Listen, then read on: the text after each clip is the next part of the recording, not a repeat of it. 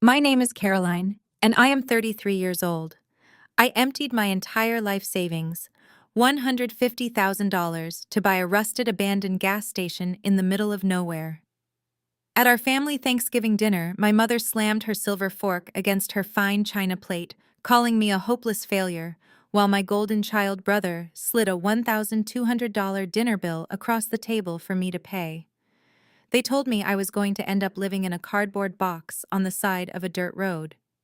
They had no idea that behind a boarded-up wall at that very gas station, a multi-million-dollar secret had been waiting for me since 1979. Before I continue my story, let me know where you are watching from in the comments below.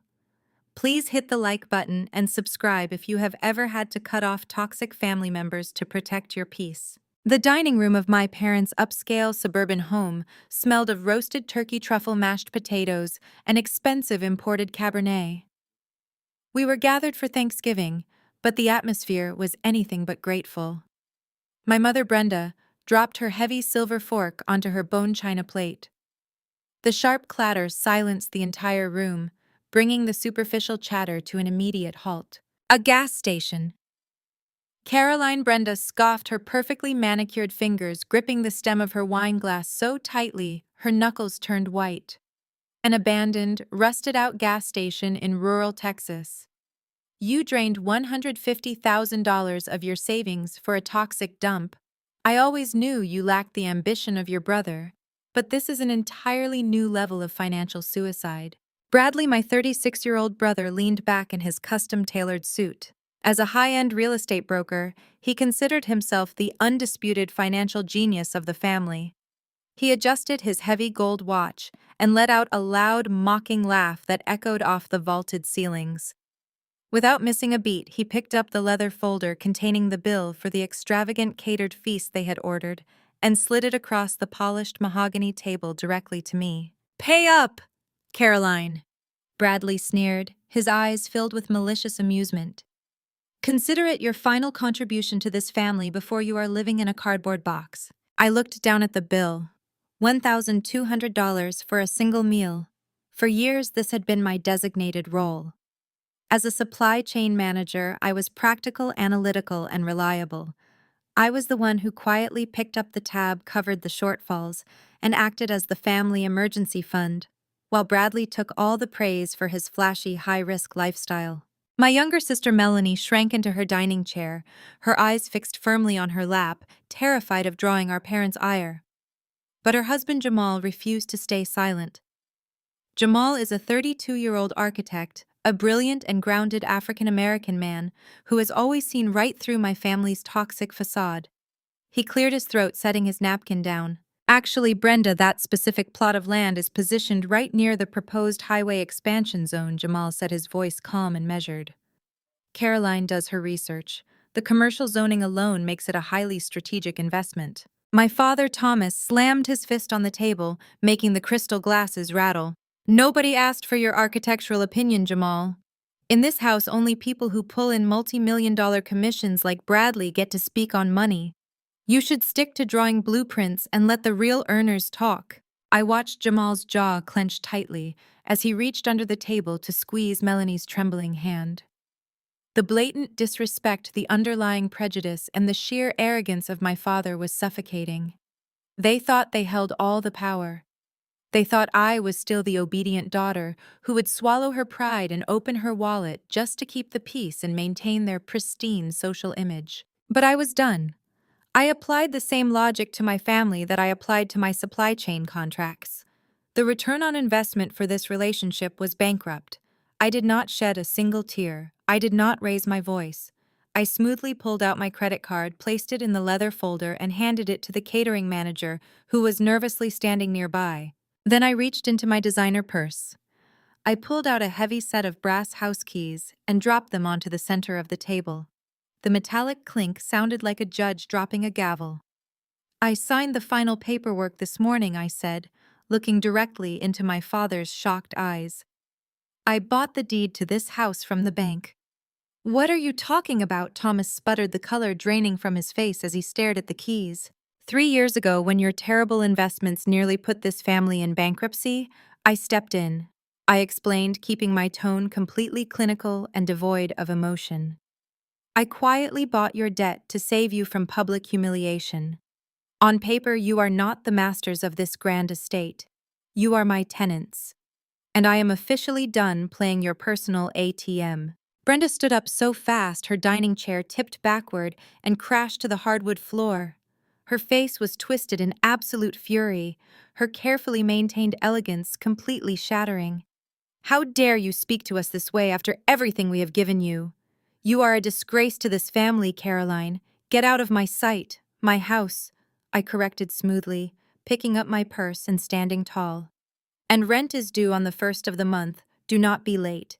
I turned on my heel and walked out the front door, leaving them in a stunned, suffocating silence. I did not look back.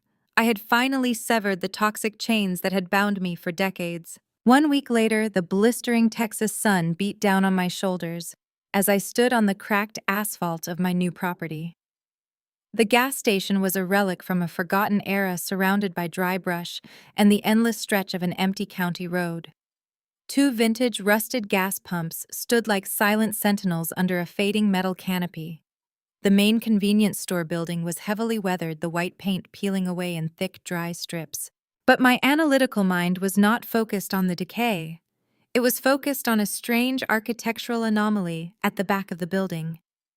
I walked past the shattered glass of the front entrance, my boots crunching on the debris, and made my way to the rear storage room. The back wall of the shop was not made of the original brick structure. Instead, it was a massive section of reinforced drywall, heavily boarded up with thick plywood planks. A heavy, rusted iron padlock secured a thick metal chain right across the center of the wooden barrier. I leaned in closer, brushing away decades of accumulated dust. The stamp on the heavy lock indicated it had not been opened since 1979. I ran my fingers over the rough, splintered wood.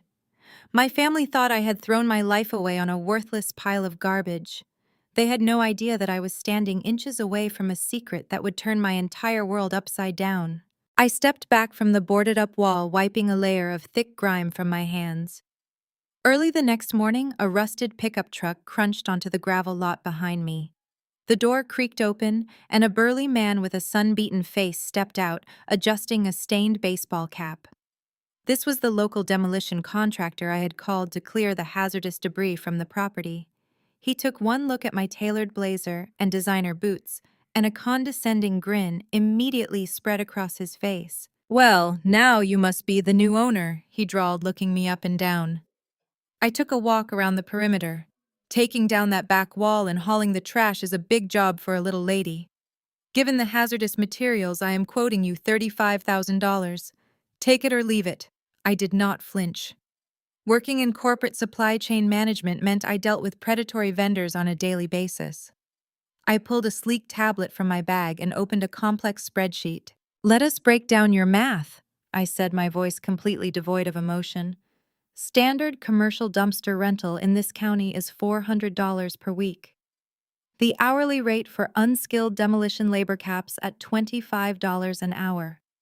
Even with a generous allowance for a backhoe rental and a 20% profit margin for your firm, the absolute maximum cost for this job is $8,200.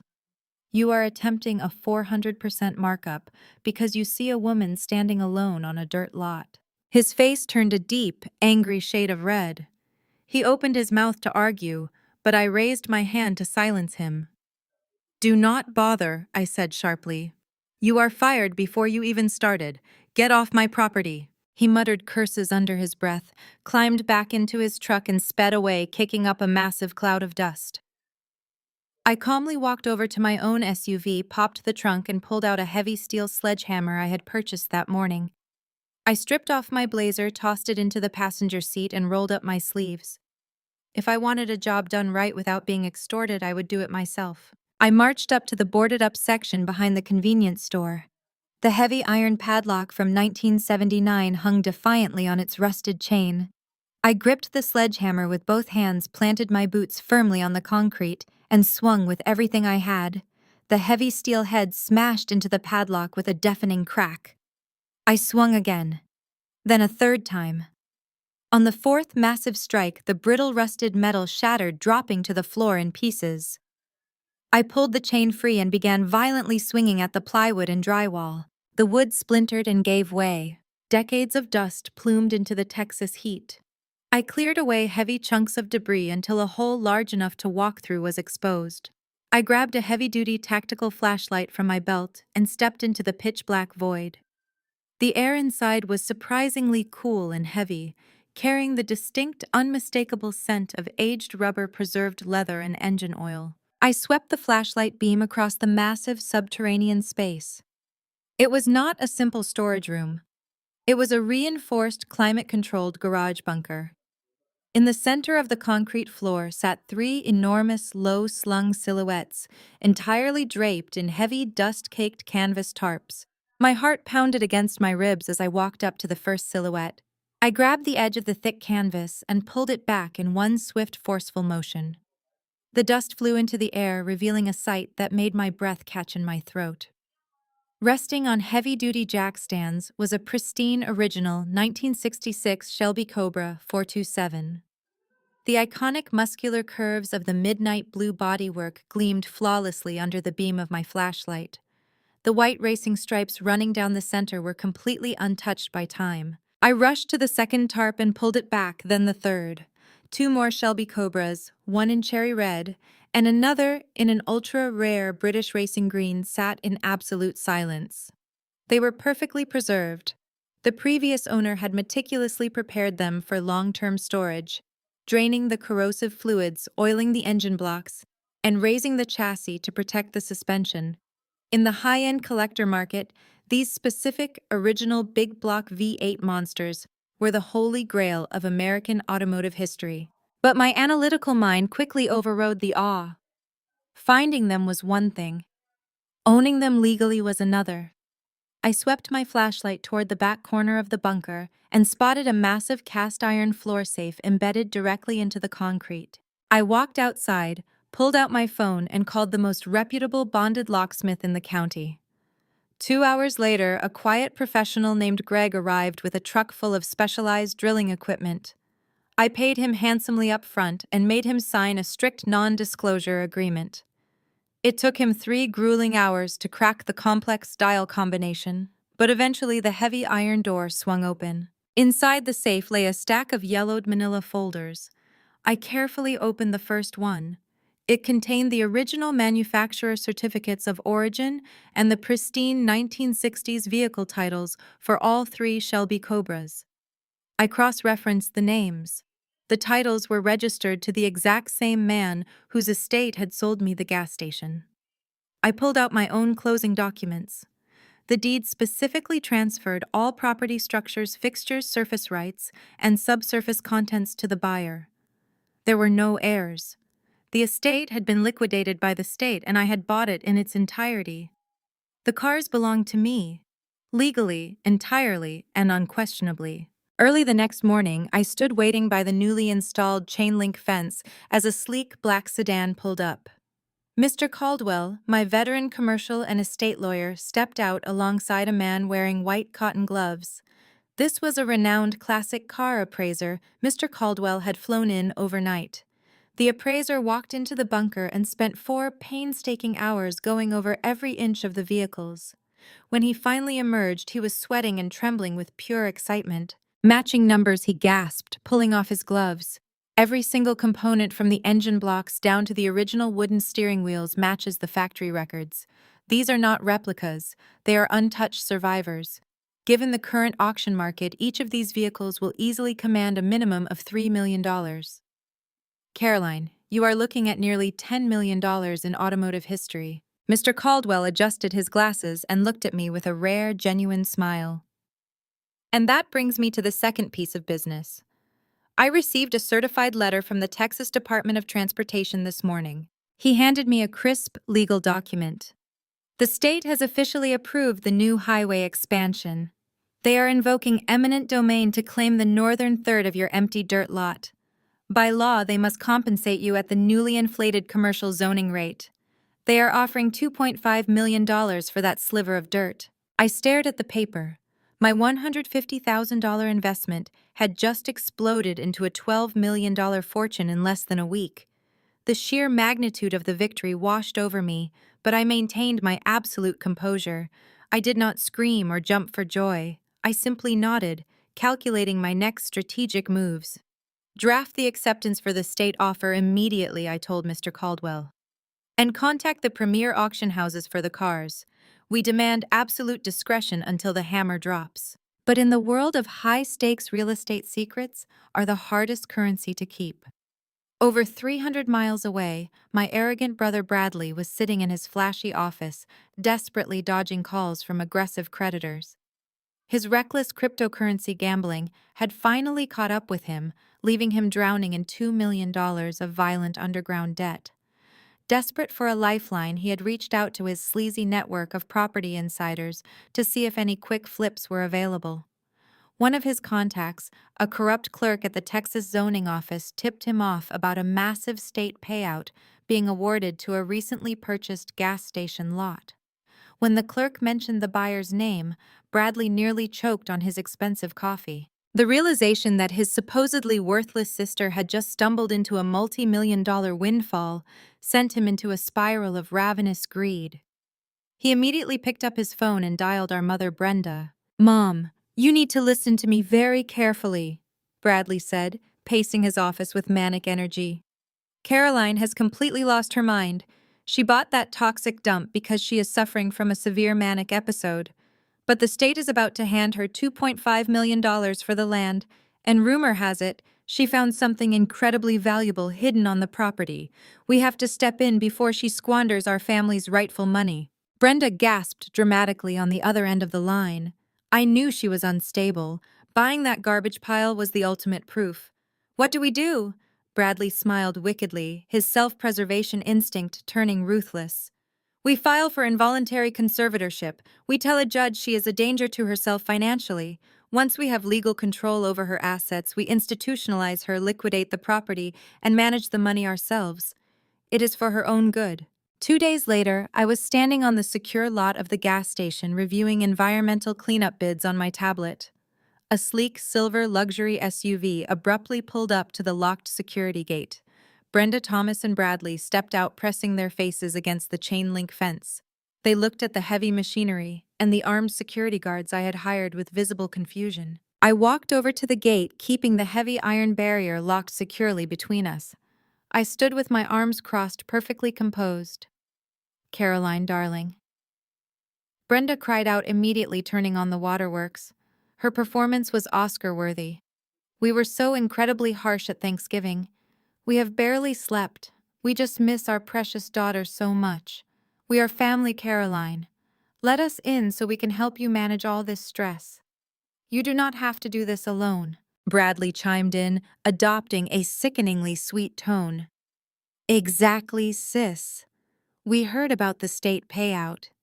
That is a lot of overwhelming financial pressure for someone with your limited experience.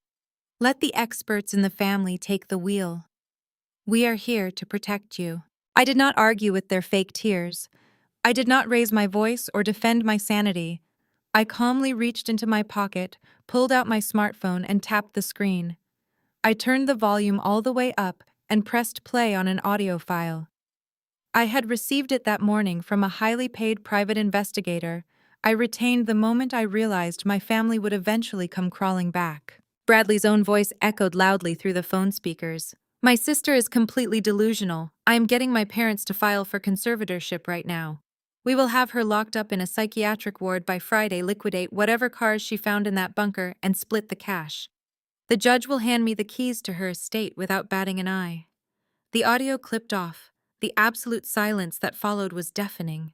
Brenda's fake tears vanished instantly. Thomas took a step back, his face draining of color.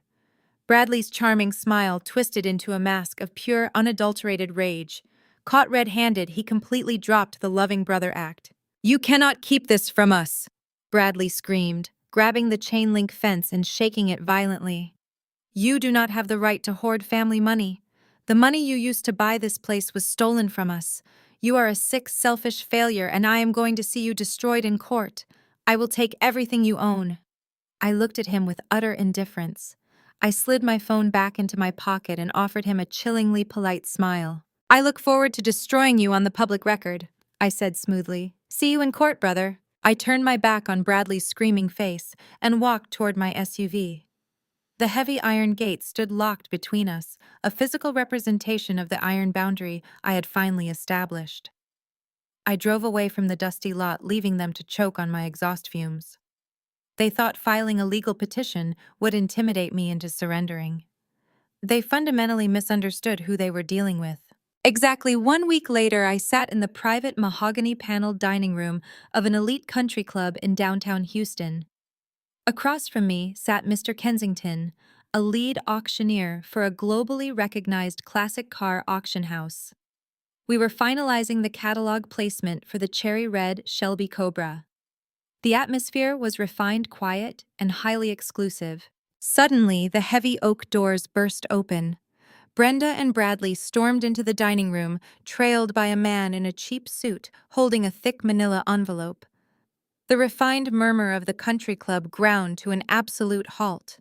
Wealthy patrons turned in their leather chairs, staring in shock at the intrusion. Bradley pointed directly at my table. "There she is." The man in the cheap suit marched over and slammed the thick envelope down right next to my crystal water glass. "You have been served," he announced loudly. Bradley puffed out his chest, making sure his voice carried across the silent room. "My sister is suffering a severe psychiatric breakdown," he declared, addressing the room at large. "We are filing for emergency involuntary conservatorship. We are taking legal control of her assets for her own safety before she ruins her life completely."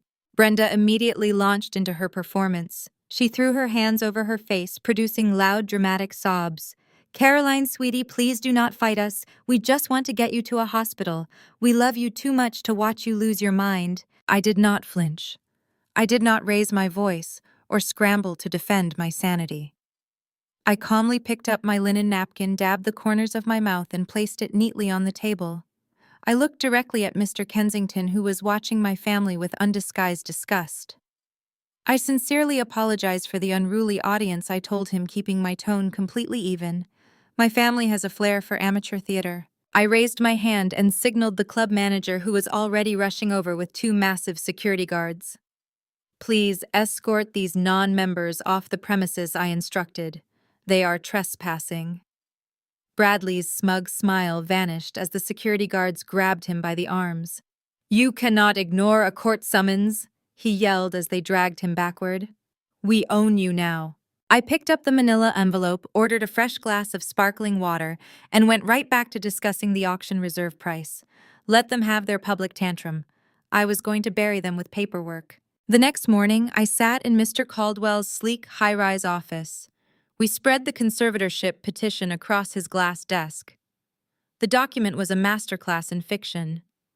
Bradley had hired a slimy lawyer to paint me as a manic, impulsive woman who had squandered her entire life savings on a toxic waste dump due to a psychotic break. "We do not play defense," I told Mr. Caldwell. "We annihilate their foundation." First, we tackled the mental health claim. I willingly subjected myself to 3 separate rigorous psychological evaluations by top-tier board-certified psychiatrists over the next 3 days. I answered their questions, completed their assessments, and walked away with 3 flawless certificates of mental health. The doctors explicitly noted my high cognitive function, rational decision-making, and exceptional stress management. Next, we dismantled the financial argument. Bradley claimed my $150,000 investment was a reckless squandering of family money. Mr. Caldwell and I pulled the bank records. The money I used to buy the gas station was not just random savings. It was the direct payout from a life insurance policy left to me by my late grandmother. Years ago, Brenda and Thomas had tried to intercept that money. They had attempted to forge a fake trust document to funnel my inheritance into Thomas's failing business accounts. But my grandmother's executor had caught the discrepancy and wired the funds directly to my secure private account. I had kept every single receipt, every email, and every wire transfer log. Mr. Caldwell adjusted his glasses, looking at the banking documents with a predatory smile. "They just handed us the rope to hang them with," he noted.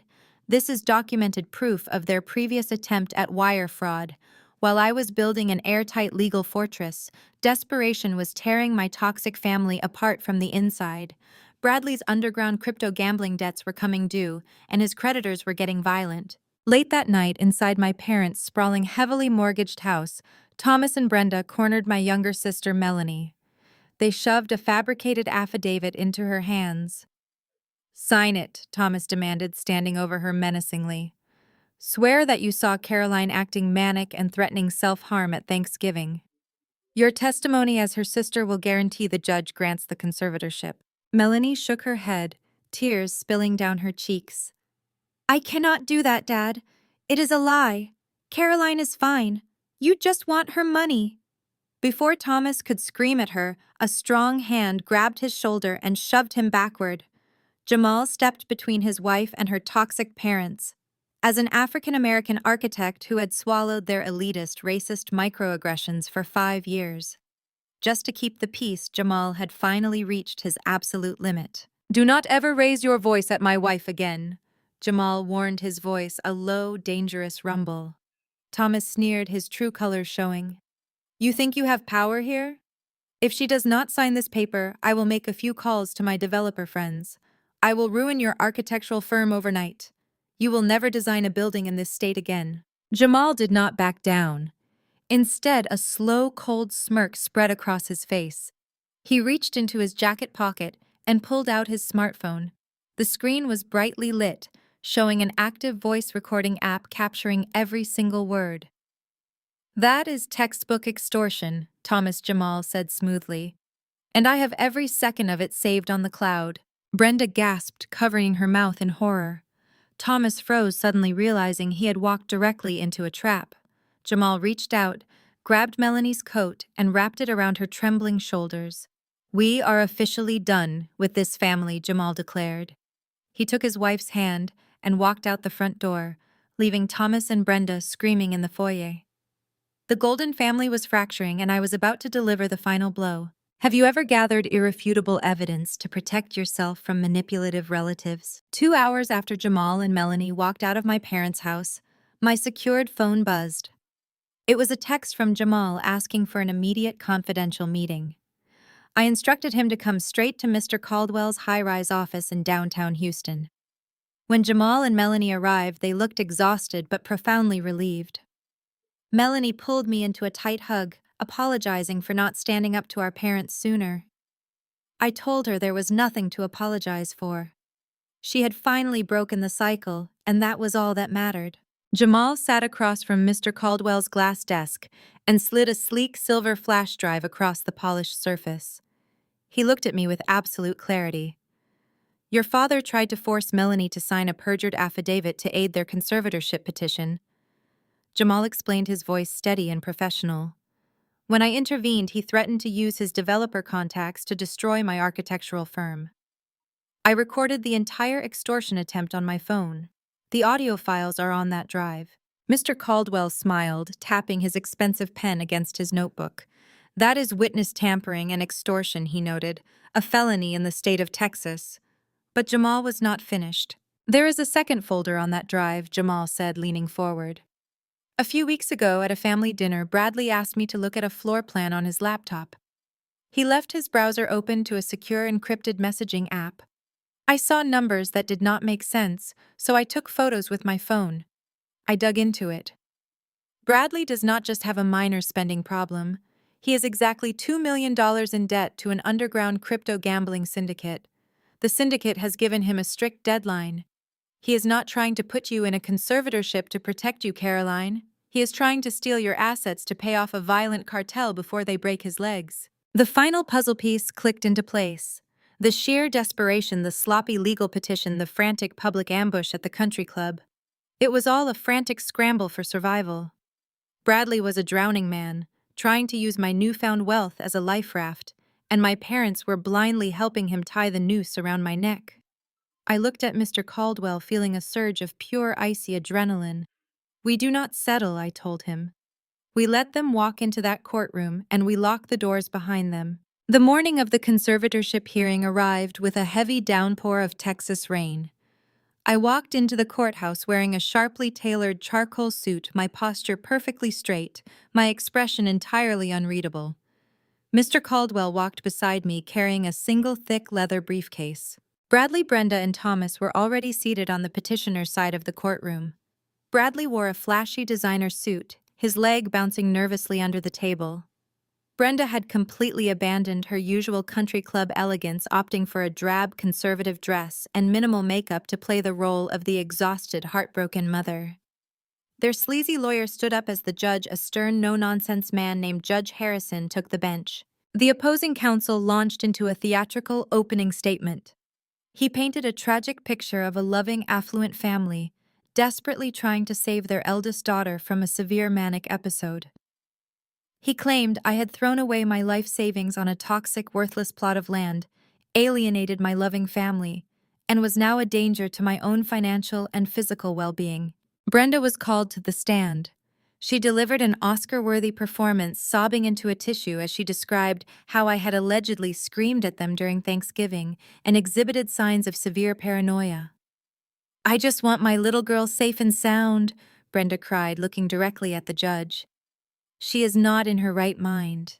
We need to step in before she destroys her future completely." I sat perfectly still, radiating absolute indifference. I did not roll my eyes. I did not scoff. I let her dig the hole as deep as she possibly could. When it was our turn, Mr. Caldwell stood up. He did not raise his voice or rely on emotional manipulation. He relied on paper, ink, and irrefutable facts. "Your Honor." Mr. Caldwell began handing a thick stack of sealed documents to the bailiff. "The petitioners claim my client is suffering from a severe manic episode. I present 3 independent psychological evaluations conducted over the past 5 days by top-tier board-certified psychiatrists in this state. All 3 declare Caroline to be in perfect mental health, exhibiting exceptional cognitive function and rational decision-making." Judge Harrison reviewed the documents, his eyebrows raising slightly. Furthermore, Mr. Caldwell continued projecting a series of bank statements onto the courtroom monitor. "The petitioners claim my client squandered family funds. These statements prove the $150,000 used to purchase the commercial property was a direct life insurance payout from Caroline's late grandmother. More importantly, these corresponding documents show a previous documented attempt by Thomas and Brenda to fraudulently intercept those exact funds using a fake trust." A collective gasp echoed from the small gallery. Brenda stopped fake crying instantly. Thomas gripped the edge of his table, his face turning an unhealthy shade of pale, but the final nail in the coffin was yet to come. Mr. Caldwell called our only witness to the stand. Jamal walked down the aisle looking sharp, calm, and utterly fearless. Bradley's eyes widened in sheer terror as he realized his brother-in-law was testifying against him. Under oath, Jamal methodically dismantled my family's entire fabricated narrative. He played the crystal-clear audio recording of Thomas, threatening to destroy Jamal's career if Melanie did not commit perjury. The sound of my father's vicious extortion echoed through the silent courtroom. Then Mr. Caldwell handed Jamal the printed photographs of Bradley's encrypted messages. Jamal verified the images detailing the massive $2 million underground crypto gambling debt. "This conservatorship petition is not about mental health," Jamal stated clearly, looking directly at the judge. "It is a fraudulent, desperate scheme orchestrated by Bradley to liquidate Caroline's assets and pay off a violent criminal syndicate." Judge Harrison was furious. He slammed his gavel down, his face flushed with righteous anger. He looked at my parents and my brother with absolute disgust. "I have presided over this court for 20 years. Judge Harrison declared, his voice booming across the room. "And this is one of the most despicable, calculated abuses of the legal system I have ever witnessed. Petition dismissed with prejudice." He pointed a finger directly at Bradley. "Furthermore, I am ordering the petitioners to pay 100% of the respondents' legal fees. And let it be known on the record that I am forwarding the evidence of this extortion, perjury, and illegal gambling debt directly to the Federal Bureau of Investigation. We are adjourned." Bradley physically collapsed into his chair, his head falling into his hands as he let out a strangled sob. The golden child was finally facing the consequences of his actions. Outside the courtroom, the hallway was a scene of pure chaos. Bradley's phone was buzzing endlessly, likely the syndicate demanding their money, now that his highly publicized legal theft had failed. Thomas and Brenda looked aged and broken. In a last pathetic act of desperation, they ran up to Jamal and Melanie near the elevators. "Please," Thomas begged, grabbing Jamal's arm. "You have to take out a second mortgage on your house. We need cash to save Bradley. They are going to kill him." Jamal casually brushed Thomas's hand off his suit jacket. He looked my parents dead in the eye. "I am an architect. I am an African American man. And I am the person you looked down on for 5 years. Today, I am the man walking away with my wife, and we are officially done with this family. Good luck with the FBI." Melanie linked her arm tightly through Jamal's, and they walked toward the exit without looking back. I stood a few feet away, buttoning my suit jacket, completely unbothered by my parents sobbing in the corridor. The empire of lies had fallen. 1 year later, the scorching Texas sun beat down on a gleaming, ultra-modern facility. The rusted toxic gas station was entirely gone. In its place stood a massive eco-charging station and a luxury classic car museum. Inside the climate-controlled showroom, the three pristine 1966 Shelby Cobras sat under specialized gallery lighting, drawing wealthy tourists and automotive enthusiasts from across the country. I stood at the polished reception counter, sipping a glass of iced sparkling water. A fresh copy of Forbes magazine rested near the register. My face was on the cover, accompanied by the headline, "The Supply Chain Queen's $15 million Masterstroke." Through the massive floor-to-ceiling glass windows, I watched a beat-up, rusted sedan pull into the parking lot. Brenda and Thomas stepped out. They looked haggard, aged beyond their years, and dressed in cheap, wrinkled clothes. Bradley was currently serving a federal prison sentence for wire fraud, and my parents had been forced to liquidate their sprawling mansion and their luxury cars just to pay his astronomical legal defense fees. They shuffled into the cool air of the museum, stopping a few feet away from me. Brenda looked at the multi-million-dollar cars, then at my designer clothes before bursting into real desperate tears. "Caroline, please," Brenda sobbed, wringing her hands together. "We have absolutely nothing left. We are living in a tiny, roach-infested apartment. You have millions. You built an empire. Please have mercy on your own blood. We are starving." I looked at the woman who had spent my entire life treating me like a disposable banking account. I looked at the man who had tried to steal my freedom to save his golden child. I felt absolutely no anger, no pity, and no remorse. I felt nothing but ironclad indifference. "Blood does not commit perjury to steal from its own," I said, my voice smooth and chillingly calm. "Blood does not threaten to institutionalize a sane woman for a quick payout. You are trespassing on private commercial property." I raised my hand, signaling the two large armed security guards standing near the entrance. "Please escort these individuals off my property," I instructed. "If they return, have them arrested for trespassing." Brenda wailed, reaching out toward me, but the guards smoothly intercepted them, guiding them back out into the blistering Texas heat. I watched them drive away in their crumbling sedan until they disappeared down the long, dusty highway. I turned back toward the gallery as Jamal and Melanie walked in holding hands. They were both smiling brightly. I picked up 3 glasses of expensive champagne from a waiting tray and handed them to my chosen family. To the new grant program, Jamal toasted, raising his glass. I smiled, clinking my glass against theirs. I had just finalized the paperwork for a nonprofit foundation fully funded by the museum's revenue, designed to provide business grants for women escaping financial abuse. I had taken the worst hand dealt to me and turned it into an untouchable, wildly successful empire. The best revenge was not destroying them. The best revenge was building a life so magnificent that they could never ever touch me again. I stood in the center of the subterranean bunker, the beam of my tactical flashlight cutting through the thick, dust-filled air. My breathing echoed in the cavernous space, the only sound breaking a silence that had lasted for more than 4 decades. The 3 massive, low-slung silhouettes sat perfectly aligned on the concrete floor, entirely draped in heavy canvas tarps. I stepped toward the closest shape, my boots leaving fresh prints in the thick layer of undisturbed dust. I grabbed the edge of the thick, heavy canvas. The fabric was stiff with age, and coated in a layer of grime that instantly blackened my leather work gloves. I gripped it tightly, planted my boots firmly on the concrete, and pulled backward with a sharp, forceful motion. A massive cloud of dust plumed into the cool air, dancing wildly in the beam of my flashlight. As the heavy canvas slid away and crumpled to the floor, my breath completely caught in my throat. I stood paralyzed, staring at the sheer automotive perfection resting in the dark. It was a 1966 Shelby Cobra 427. The iconic muscular curves of the midnight blue bodywork gleamed flawlessly, utterly defying the passage of time. The bold white racing stripes running down the center of the hood were crisp and unblemished. I stepped closer, shining my light over the flawless chrome side pipes, the aggressive front grille, and the pristine black leather interior. Working in supply chain management meant I spent my days assessing high-value corporate assets, but this defied all logic. This was not just a vehicle, it was a museum-grade artifact, a holy grail of American automotive history hidden beneath a decaying, worthless gas station.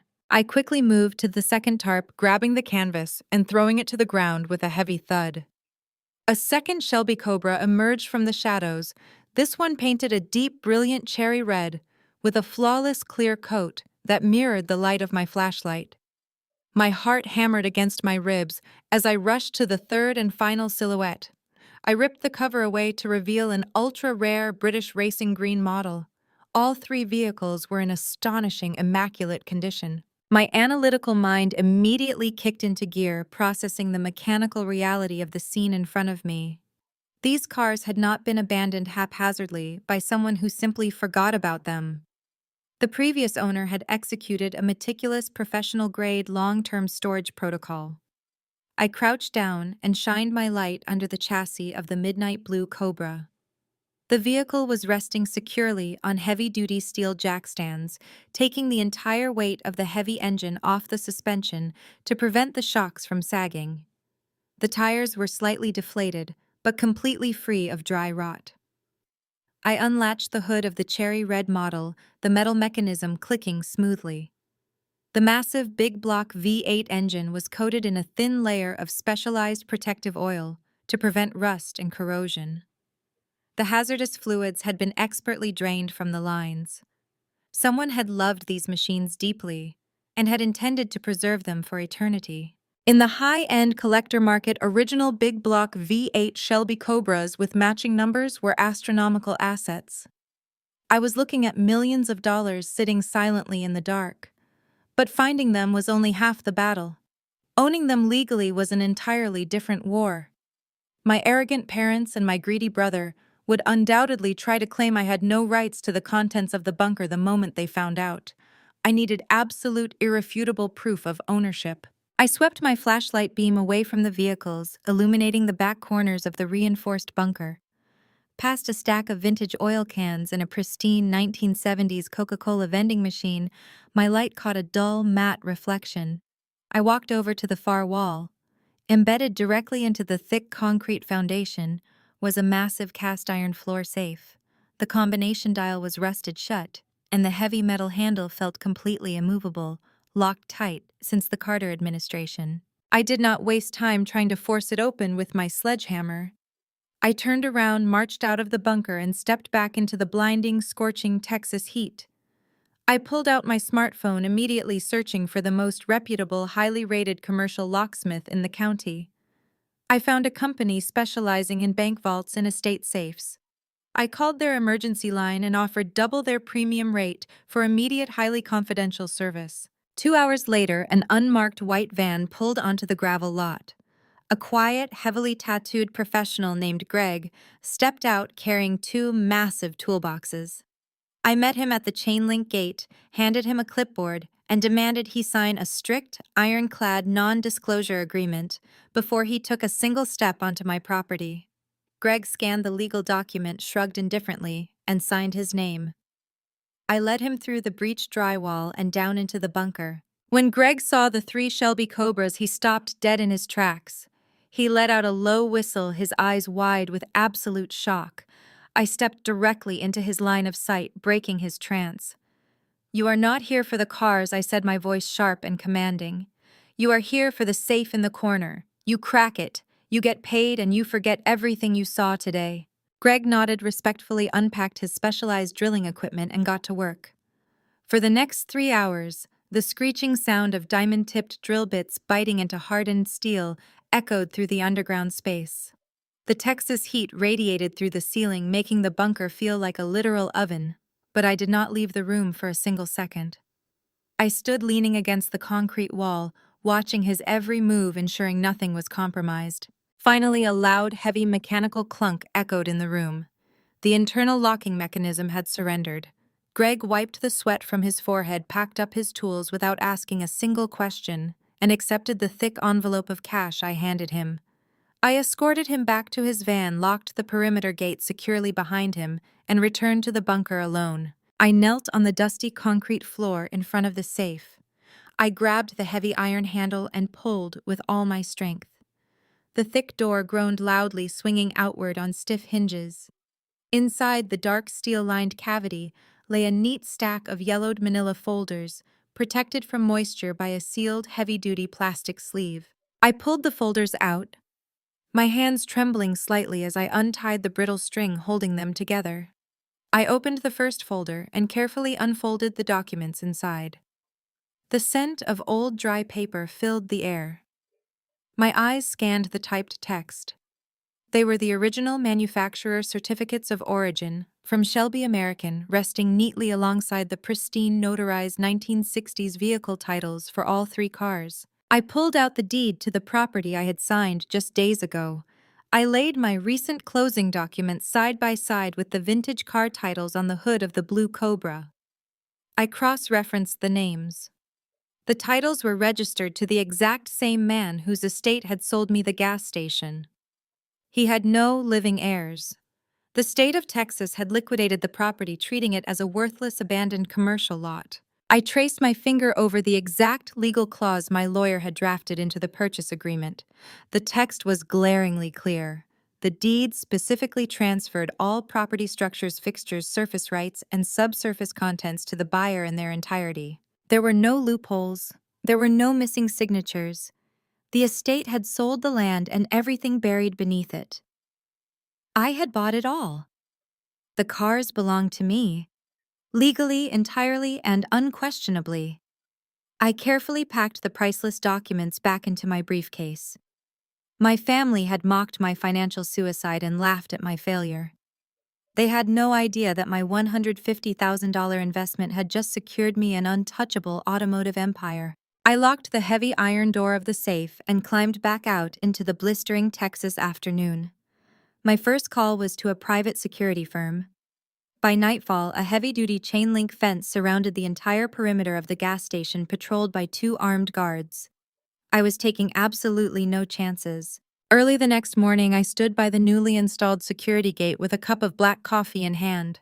A sleek black sedan crunched onto the gravel and parked exactly where the arrogant demolition contractor had parked the day before. 2 men stepped out of the vehicle.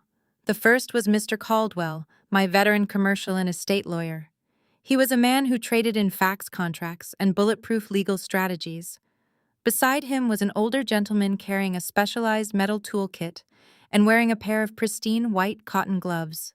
This was Mr. Henderson, one of the most respected classic car appraisers in the country, whom Mr. Caldwell had flown in overnight on my strict instructions. Mr. Caldwell adjusted his suit jacket and handed me a thick legal binder.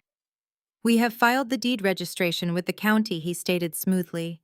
"The chain of title is perfectly clean. Whatever is inside that structure is undeniably your legal property. Let us see what you actually bought." I led the 2 men through the breached drywall and into the climate-controlled bunker. When Mr. Henderson laid eyes on the 3 draped silhouettes, his professional composure visibly slipped. I pulled the tarps back one by one, exposing the midnight blue cherry red and British racing green Shelby Cobras to the harsh glare of our work lights. Mr. Henderson did not say a word. He simply opened his toolkit, pulled out a magnifying glass, and went to work. For 4 agonizingly slow hours, I leaned against the concrete wall alongside Mr. Caldwell, watching the appraiser perform his surgical inspection. He crawled under the chassis of each vehicle, checking the serial numbers stamped into the heavy steel frames. He carefully unlatched the hoods, verifying the casting numbers on the massive, big-block V8 engines. He scrutinized the stitching on the black leather seats, the grain of the wooden steering wheels, and the original factory chalk marks still faintly visible on the firewall bulkheads. The silence in the bunker was heavy, broken only by the scratching of Mr. Henderson's pen against his clipboard and the occasional sharp intake of breath. Working in supply chain management had trained me to be patient during high-stakes audits, but the anticipation was a physical weight on my chest. Finally, Mr. Henderson stepped back from the British racing green model. He pulled off his white cotton gloves, his hands visibly trembling. He looked at me with an expression of pure, unadulterated reverence. Matching numbers, he gasped, wiping a bead of sweat from his forehead. Every single component from the engine blocks down to the transmission casings and the original factory carburetors matches the Shelby American production records perfectly. These are not replicas. They are not restorations constructed from salvaged parts. They are untouched factory original survivors. He took a deep breath to steady himself. The classic car auction market is currently starved for authentic, unmolested 427 Cobras. Given their pristine condition and the flawless chain of ownership you possess, each of these vehicles will easily command a minimum reserve price of $3 million. You are looking at a combined baseline value of $9 million. Depending on the bidding war at a premier auction house, that number could climb significantly higher. $9 million. The number hung in the cool, damp air of the bunker. I had spent $150,000 to secure this property. My return on investment had just shattered every known financial metric. But Mr. Caldwell simply pushed his glasses up the bridge of his nose and cleared his throat. He did not look surprised by the automotive fortune resting in front of us. In fact, he looked like a man holding a royal flush who was about to drop the final card on the table. "The cars are an extraordinary windfall, Caroline," Mr. Caldwell said, his tone entirely conversational. "But that brings me to the second piece of business we need to discuss today. It concerns the dirt sitting directly above our heads." He opened his leather briefcase and pulled out a crisp, heavy-stock document bearing the official seal of the state of Texas. "I received a certified letter from the Texas Department of Transportation late last night," he explained, handing me the document. "The state legislature has officially approved the new interstate highway expansion project. The blueprints have been finalized and locked into the public record." I scanned the legal jargon, my eyes catching specific zoning codes and topographic coordinates. "The state is invoking eminent domain to claim the northern third of your empty dirt lot," Mr. Caldwell continued. "They require that specific section of your frontage to construct a major highway off-ramp and a commercial feeder road. Because your property was recently rezoned for high-capacity commercial use, before the previous owner passed away, the state is legally obligated to compensate you at the maximum commercial rate for the seized land.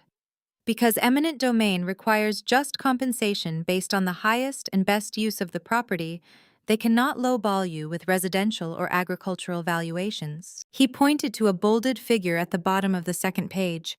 "They are offering $2 million for that sliver of dirt. And because this is an eminent domain seizure, the payout is expedited. The funds will be wired to your holding account within 30 days of your signature." I stared at the paper. The math processed through my brain with cold, calculated precision. $2 million for a useless strip of dry brush and cracked asphalt. $9 million in automotive history sitting in a bunker. My total asset value had skyrocketed to $11 million in less than 48 hours. My golden child brother, the so-called real estate genius, had completely missed the zoning changes that made this lot a gold mine. He was too busy chasing flashy commissions and feeding his own ego to look at public municipal planning boards. If he had done an ounce of actual research instead of insulting me at the Thanksgiving table, he might have found this property himself. My family had mocked me. My brother had laughed in my face and told me I was going to live in a cardboard box. My mother had kicked me out and called me a disgrace. I did not scream. I did not cry tears of joy or jump up and down. I maintained my absolute ironclad composure. Emotions were a liability in business, and right now, I was managing the most lucrative supply chain of my entire life. Draft the acceptance for the state offer immediately, I instructed Mr. Caldwell, handing the document back to him with a steady hand. Ensure the funds are routed through the new private LLC we established yesterday. I want my personal name completely detached from the public registry of that payout. Mr. Caldwell nodded, already making notes on his legal pad. Done. And the vehicles, contact the premier auction houses in Monterey and Scottsdale, I ordered. We demand absolute non-negotiable discretion until the hammer drops on the auction block. No press releases, no early marketing leaks, no names attached to the seller profile. We retain complete control over the narrative and the timeline.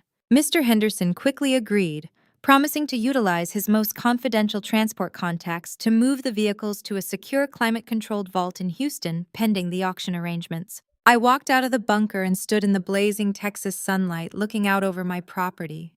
The rusted gas pumps and peeling paint no longer looked like a monument to failure. They looked like the foundation of an empire.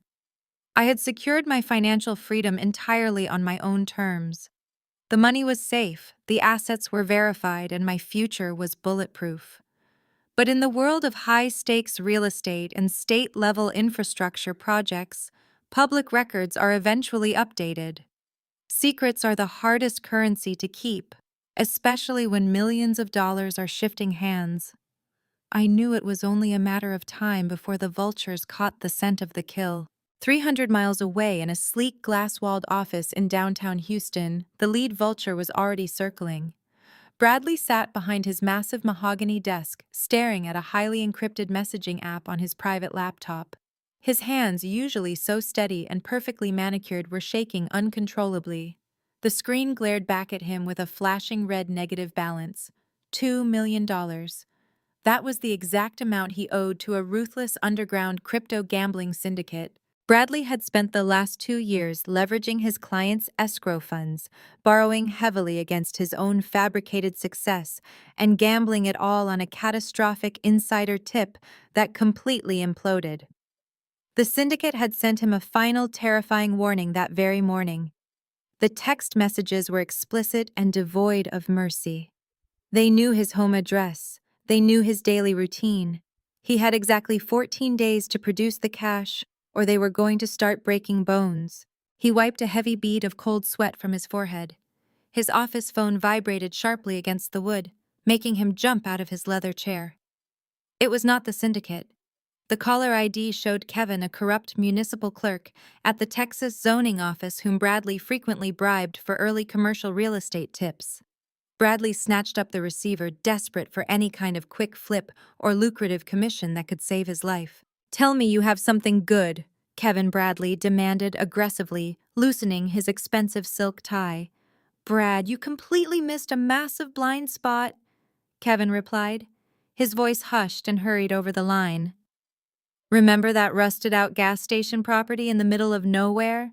The one you were laughing about at the country club last week?" Bradley rolled his eyes, a spike of irritation piercing through his panic. "My idiot sister bought that toxic dump. She drained her entire life savings just to spite our father at Thanksgiving. It is a worthless patch of dirt." "You might want to rethink your definition of an idiot," Kevin countered sharply. The state legislature locked in the highway expansion blueprints late last night. They just invoked eminent domain on the northern third of that exact lot. Because of the commercial zoning, the payout was expedited. Your sister signed the official state acceptance form this morning for a clean $2 million. Bradley stopped breathing. The air in his luxury office suddenly felt entirely non-existent. $2 million, he choked out, his vocal cords tightening. "For that garbage pile, it gets much worse for your ego, Brad," Kevin continued. "My buddy works at the county commercial way station. He saw 3 unmarked, heavily armored, climate-controlled transport trucks leaving that specific lot late last night. They were escorted by armed private security contractors. Word on the asphalt is she breached a hidden reinforced bunker on the property. The transport drivers were bragging at a diner about hauling pristine factory original classic cars. Automotive Gold Brad. They are estimating the cargo is worth close to $10 million. Your sister just struck the motherlode. The line went dead. Bradley stood frozen, staring blankly at the wall, as his mind short-circuited. $2 million in liquid cash and $10 million in physical assets. $11 million sitting directly in the lap of the quiet, boring supply chain manager who had served as the family doormat for her entire life. A twisted, sickening wave of pure greed washed over him, completely overriding his initial panic. In Bradley's highly narcissistic worldview, any success achieved by a family member automatically belonged to the family collective. And since he viewed himself as the absolute head of the family's financial legacy, Caroline's money was by default his money. The universe had just handed him a $12 million life raft to save him from the crypto syndicate, and there was absolutely no way he was going to let his sister hoard it. He began pacing the length of his office, his mind racing through predatory legal loopholes. Caroline was single, isolated, and recently estranged from the family. If he could prove she was mentally unstable, he could strip her of her legal rights and seize total control of the assets. He grabbed his smartphone and immediately dialed our mother, Brenda. Brenda answered on the second ring. "Bradley, sweetheart, how is my favorite son doing?" "Mom, you need to listen to me very carefully," Bradley said, injecting pure, manufactured panic into his voice. "We have a massive family crisis. Caroline has completely lost her mind." Brenda gasped dramatically on the other end of the line. "What happened? I knew she was unstable. Buying that garbage pile was the ultimate proof. Did she finally go bankrupt?" "Worse." Bradley lied effortlessly, weaving his trap. "She stumbled into a state payout for that land and found some old valuable cars on the property. She is sitting on millions of dollars, Mom. But she is suffering a severe manic episode. She has hired armed mercenaries to surround the property. She is acting highly paranoid, aggressive, and reckless. She is spiraling completely out of control." "Millions of dollars," Thomas, who had clearly grabbed the house phone on the other line, interjected. His voice was thick with sudden ravenous interest. "Are you absolutely certain, Bradley? I saw the state filings myself." Dad Bradley confirmed, manipulating their greed perfectly. "But she is squandering it. She used our family resources to buy that place, and now she is hoarding family wealth while having a psychotic break. She is going to give our money away to scam artists and security thugs. We cannot let her throw away the family legacy." "Oh, my poor, sick daughter," Brenda cried out, playing the victimized mother flawlessly. "We have to save her from herself." "What do we do?" Bradley smiled wickedly, his self-preservation instinct turning entirely ruthless. "We step in and act like the loving family we are. We file for an emergency involuntary conservatorship." "A conservatorship?" Thomas asked, the gears turning in his head. "Yes," Bradley insisted, his tone urgent and commanding. "We tell a judge she is a danger to herself financially and physically. Once we have legal control over her assets, we institutionalize her for her own safety. I will personally step in to manage the estate, liquidate the property, and protect the cash. It is for her own good. We have to take the wheel before she crashes the car." "You are so brave to take this on, Bradley," Brenda sobbed over the line. "We will do whatever it takes to bring our little girl home. I will contact a lawyer immediately and draft the petition Bradley promised. Just follow my lead, and we will get our money back." Bradley hung up the phone and let out a breathless, manic laugh. He was not just going to survive the violent syndicate debt. He was going to walk away a multimillionaire. He genuinely believed I was too weak and obedient to fight back against the combined might of my parents and the court system. He thought I would simply crumble under the emotional pressure. He had no idea that he was walking blindfolded into an absolute slaughter. 2 days after Bradley set his fraudulent scheme into motion, I was standing under the blazing Texas sun reviewing digital blueprints on my tablet. The perimeter of my property was now a fortress. I had brought in a specialized private security firm. A heavy-duty 10-foot chain-link fence topped with angled wire surrounded the entire lot. High-definition surveillance cameras monitored every angle. Two armed guards, both former military, stood post at the reinforced steel front gate. I was not taking a single chance with my $11 million inventory. The dull roar of a high-performance engine interrupted the steady hum of the industrial dehumidifiers we had installed in the bunker. I looked up from my tablet. A sleek silver luxury SUV turned off the empty county road and crunched onto the gravel leading up to my property line. It stopped abruptly, just inches from the locked steel gate. The dust settled around the pristine tires, highlighting the absurdity of such a vehicle in this desolate environment. The doors opened simultaneously. Bradley stepped out of the driver's side wearing a tailored navy suit that looked completely ridiculous in the sweltering heat. My father Thomas emerged from the passenger side, his eyes immediately darting around the lot, desperately trying to catch a glimpse of the hidden bunker. Finally, my mother Brenda stepped out from the back seat. She had deliberately dressed down, wearing a muted beige dress and minimal makeup, clearly trying to project the image of a deeply concerned, humble mother. I slipped my tablet into my work bag and walked slowly toward the gate. I gestured for my two security guards to stand firm. They crossed their arms, positioning themselves solidly in front of the locked steel barrier. I stopped a few feet away from the fence, keeping a safe, calculated distance. Brenda did not waste a single second. The moment she saw me, her face contorted in a mask of manufactured agony. She rushed forward and gripped the chain-link fence with both hands, her knuckles turning white. Real tears welled up in her eyes, a performance so flawlessly executed it would have broken the heart of anyone who did not know her true nature. "Caroline, my sweet girl?" Brenda cried out, her voice trembling with perfect theatrical precision. "Thank God you are safe. We have been so terribly worried about you. We could not sleep. We had to come find you."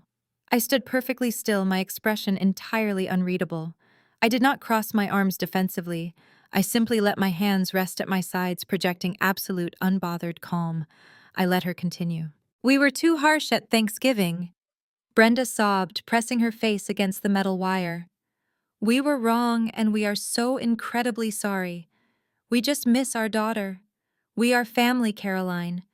This property, all these armed men, it is too much for one person to handle. Let us in to help you manage this stress. You do not have to do this alone. We are here to take care of you." Thomas stepped up behind her, placing a comforting hand on her shoulder while trying to peer over my head. "Your mother is right, Caroline," he said, his tone thick with fake paternal warmth. "We heard about the state highway project. That is a massive undertaking. You are a supply chain manager, not a real estate developer. Let Bradley come in and look at the paperwork. We want to make sure you are not being taken advantage of by these contractors." Bradley flashed a sickeningly sweet smile, stepping right up to the gate. "Exactly, sis. We are a team. We protect our own.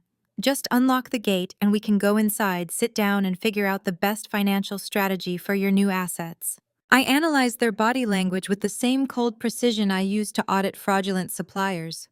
Bradley's right foot was tapping erratically against the gravel, betraying his massive internal anxiety. Thomas could not stop scanning the perimeter, his greed completely overriding his fake concern. And Brenda's tears were falling, but her eyes were cold hard and entirely calculating. They did not see a daughter. They saw a walking bank vault, and they were desperate to get their hands on the combination. I looked directly into my mother's eyes. The tears continued to flow, but I did not feel a single ounce of pity. "You do not miss your daughter," I said, my voice smooth, even, and chillingly polite. "You miss your personal ATM. And unfortunately for you, that account has been permanently closed." Brenda gasped, her grip on the fence slipping slightly. "Caroline, how can you say such a cruel thing? We drove all the way out here because we love you." "You drove all the way out here because you found out about the $2 million state payout," I corrected her effortlessly. "And you heard the rumors about what is parked inside that bunker. Do not insult my intelligence by pretending this is a wellness check. You threw me out of your house and told me I was a disgrace. You only came back because you smelled money." Bradley's fake smile vanished, replaced by a flash of genuine anger. He grabbed the fence, shaking it violently. "You are acting completely irrational, Caroline. This paranoia is exactly why we had to come. You are surrounding yourself with hired thugs and hoarding family wealth.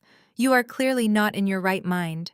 You are suffering a severe manic episode, and you need our intervention before you ruin your life. He was planting the seeds for his conservatorship petition right to my face. He was trying to provoke a reaction, hoping I would scream, cry, or act unstable so he could use it as evidence in court. I did not give him an inch. I smiled faintly, stepping slightly closer to the fence. I am in perfect mental health, Bradley, I replied, enunciating every single word with crystal clarity. I am highly rational, financially independent, and standing on private commercial property that I own outright. You, on the other hand, are trespassing.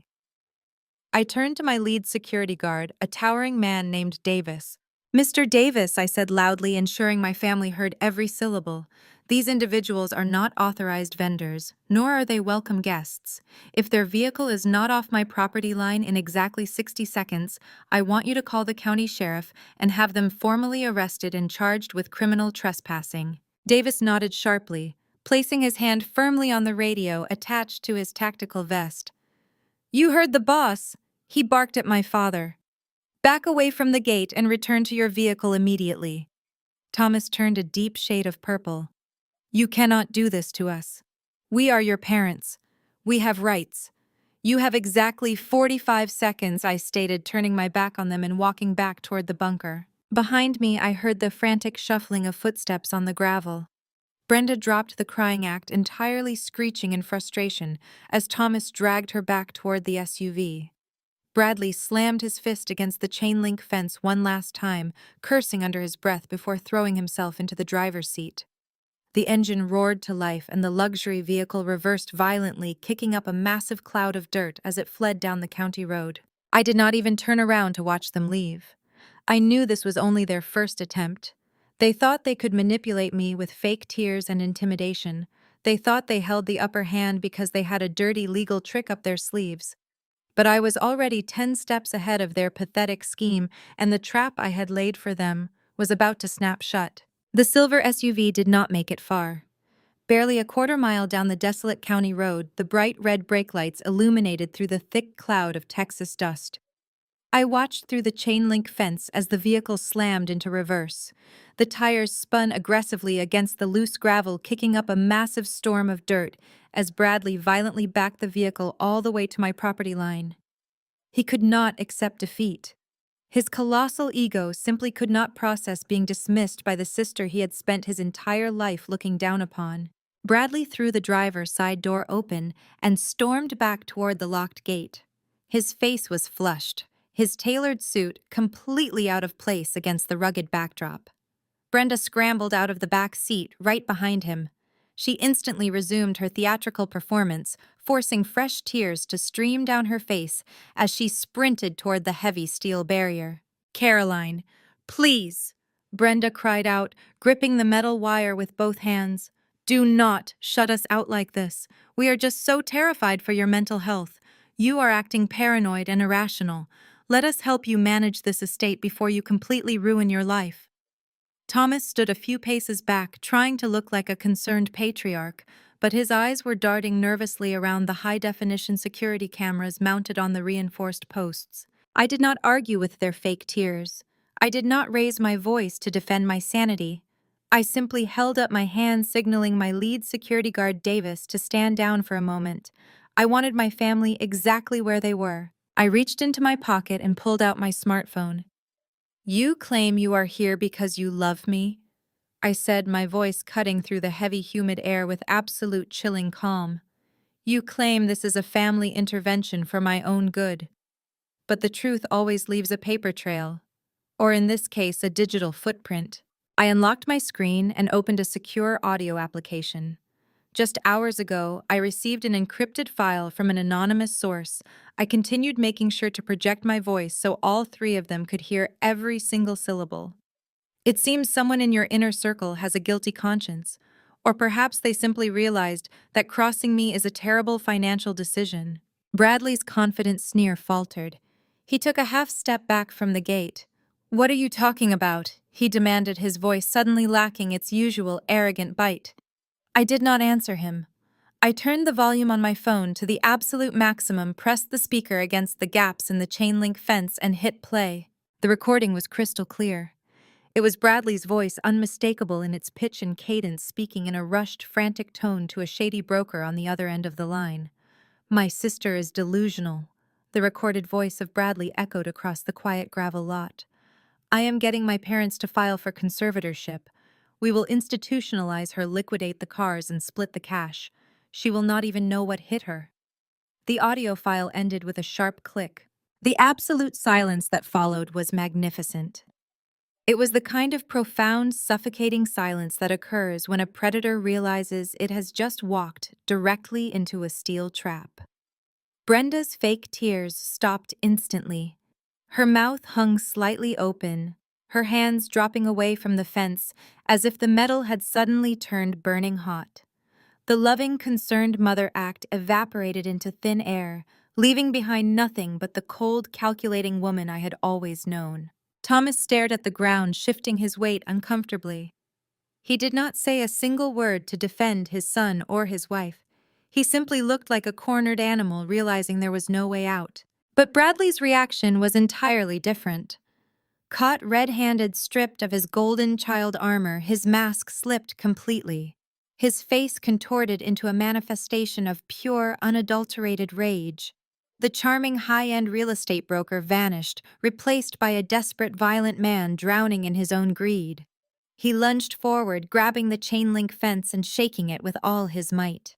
The metal rattled violently against the heavy steel posts. "You think you are so smart?" Bradley screamed, his voice cracking with hysteria. He spat out obscenities, completely losing whatever shred of dignity he had left. "You have no right to keep that property. The money you used to buy this place was stolen from us. You are hoarding family wealth. That is our money, and I am not going to let a hopeless failure like you keep it." "You are millions of dollars in debt, Bradley," I stated smoothly, throwing out a calculated guess based on the sheer panic radiating from his body. I watched his eyes widen in terror, confirming my suspicion. "You are not trying to protect me. You are trying to steal my assets to save your own skin. You owe us," Bradley roared, slamming his fists against the steel gate, completely ignoring my accusation. "We are your family. You will hand over those cars, or I swear I will ruin you." My security guard Davis immediately stepped forward, unsnapping the retention strap on his tactical belt. "Step away from the gate right now," Davis barked, his voice, leaving absolutely no room for debate. Bradley ignored him, his face purple with rage. "You are nothing. You hear me. You are a pathetic, lonely failure, and I am going to see you destroyed in court." I looked at the screaming, pathetic man on the other side of the fence. I felt no anger. I felt no fear. I felt nothing but absolute, overwhelming power. I slid my phone back into my pocket, crossed my arms, and offered my brother a bright, terrifyingly calm smile. "I have irrefutable proof of your intent to commit fraud," I said, keeping my voice perfectly steady. "I have highly trained personnel securing my multi-million-dollar assets, and I have the most ruthless commercial attorney in the state of Texas on retainer." I took a deliberate step closer to the fence, looking directly into his manic, terrified eyes. "I am going to let you file that ridiculous conservatorship petition," I told him. "I am going to let you walk into a federal courtroom and present your pathetic lies to a judge. And then I am going to use this audio recording to absolutely bury you." I turned around, adjusting my tailored blazer, completely unbothered by his continued screaming. "I will see you in court, brother," I called out over my shoulder. I walked back toward the climate-controlled bunker, leaving Bradley to throw his public tantrum in the dirt. The battle lines were officially drawn, and I held every single weapon. 3 days after the confrontation at the gate, I traded my heavy work boots and denim for a sharply tailored charcoal suit and a pair of designer heels. The dusty, blistering heat of the Texas County Road was replaced by the hyper-refined, air-conditioned sanctuary of the Pinnacle Country Club in downtown Houston. This was a place where multi-million-dollar deals were quietly negotiated over imported caviar and perfectly aged scotch. Sitting across from me in a private mahogany-paneled dining alcove was Mr. Kensington, the lead automotive director for a globally recognized classic car auction house. Between us rested a thick leather-bound portfolio containing the authenticated provenance records, high-resolution photographs, and matching numbers verification for the cherry red 1966 Shelby Cobra. The market is currently starved for an unmolested survivor of this caliber, Mr. Kensington said, keeping his voice to a respectful, hushed volume. He carefully turned a page in the portfolio, treating the documents like fragile historical artifacts. We are prepared to place this vehicle as the absolute centerpiece of our upcoming Monterey event. Given the flawless chain of title and the pristine condition, I am highly confident we can set the opening reserve at $3 million. But frankly, Caroline, once the bidding war ignites among the top-tier collectors, that number will climb exponentially. I took a slow sip of my sparkling water. I expect a global marketing push targeted specifically at private collection curators, I replied smoothly. And I demand absolute discretion regarding my identity as the seller. My holding company will be the only name listed on the auction registry. Mr. Kensington nodded in complete agreement. Of course, discretion is the cornerstone of our business. Before he could finish his sentence, the heavy oak doors of the dining room burst open with a violent echoing crash. The muted jazz playing softly through the concealed speakers seemed to skip a beat. The refined, low-level murmur of the wealthy patrons ground to an absolute shocked halt. Waiters carrying silver trays froze in their tracks. Every head in the elite establishment turned to stare at the sudden jarring intrusion. Bradley stormed into the room, his face flushed an angry, aggressive red. He was wearing a flashy, overly tailored suit that screamed new money desperation. Right behind him was our mother Brenda, dressed in drab, muted colors she never normally wore, deliberately trying to look like a stressed, heartbroken caregiver.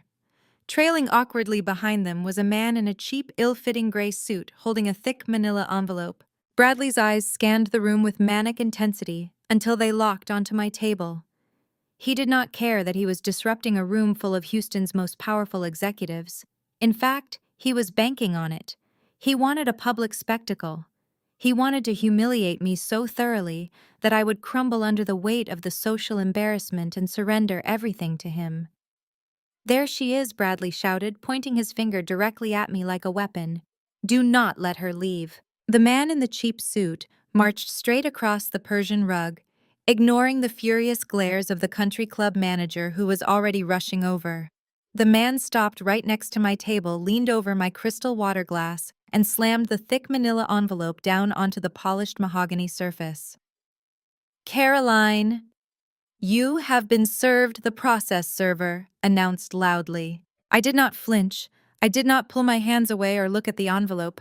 I kept my gaze fixed perfectly on my brother, who puffed out his chest, stepping forward to ensure his voice carried across the dead silent room. "My sister is suffering from a severe, catastrophic psychiatric breakdown," Bradley declared, addressing the shocked patrons as if he were giving a press conference.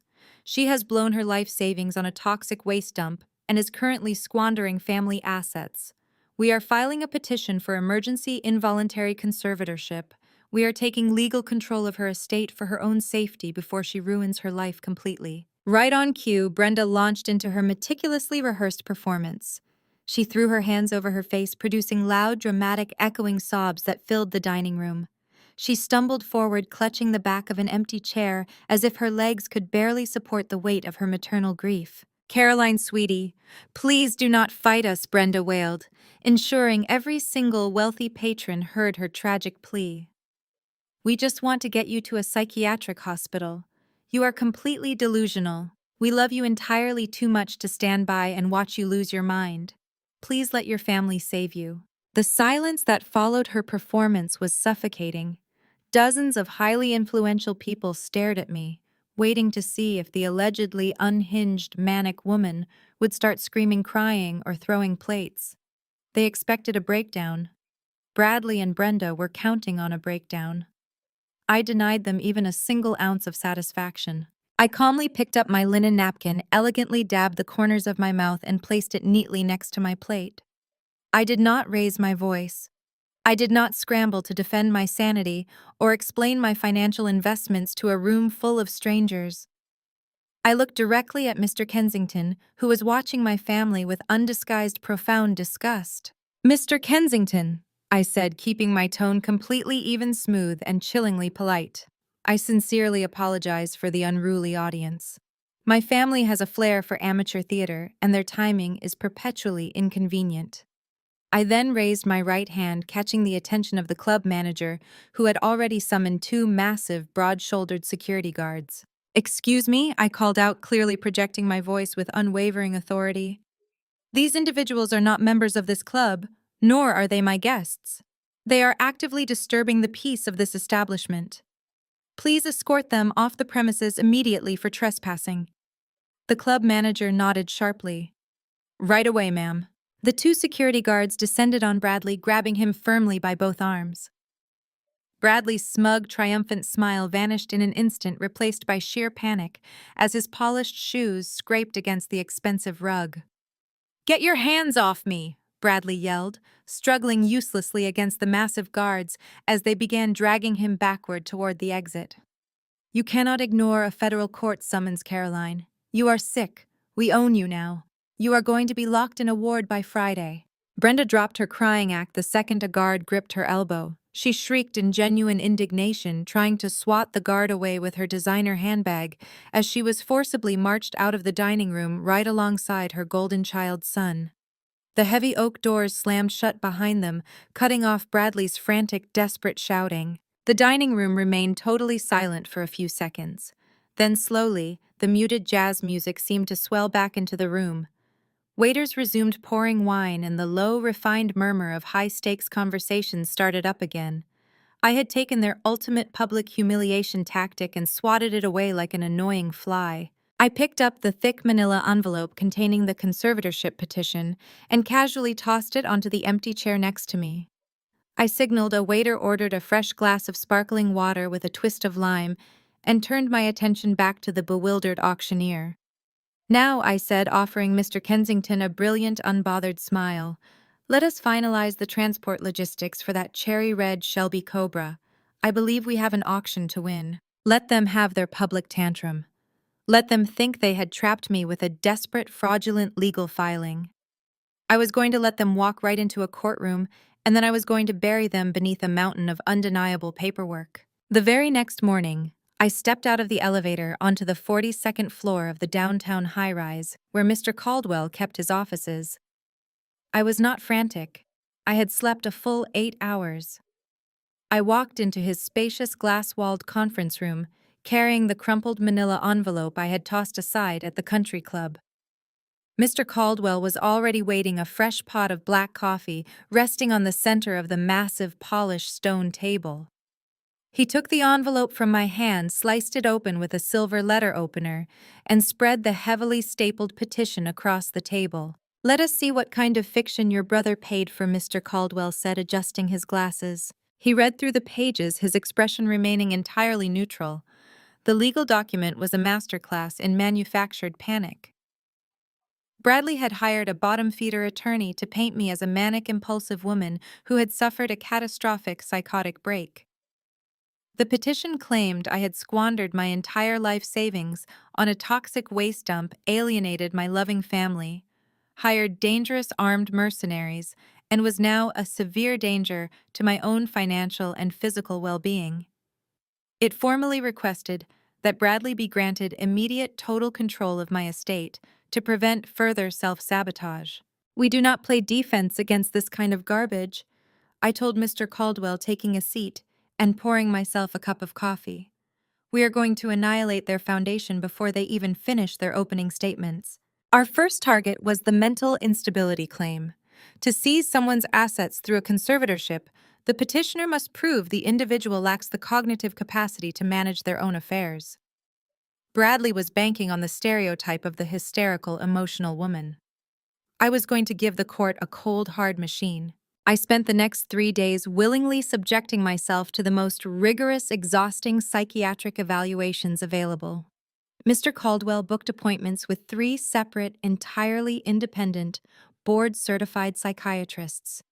These were not local therapists. These were top-tier medical professionals who regularly served as expert witnesses in complex federal litigation. I sat in their clinical, sterile offices and answered every single invasive question they threw at me. I completed comprehensive cognitive assessments, behavioral mapping tests, and stress response simulations. I detailed my career in supply chain management, breaking down my precise methodology for risk assessment and asset allocation.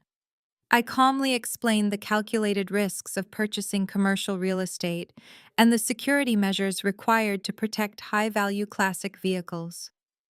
I handed over my tax returns, my employment history, and my investment spreadsheets to prove my absolute competency. By the end of the third day, I walked away with 3 flawless notarized certificates of mental health. The doctors explicitly noted my exceptionally high cognitive function, rational decision-making skills, and outstanding ability to manage high-stress environments.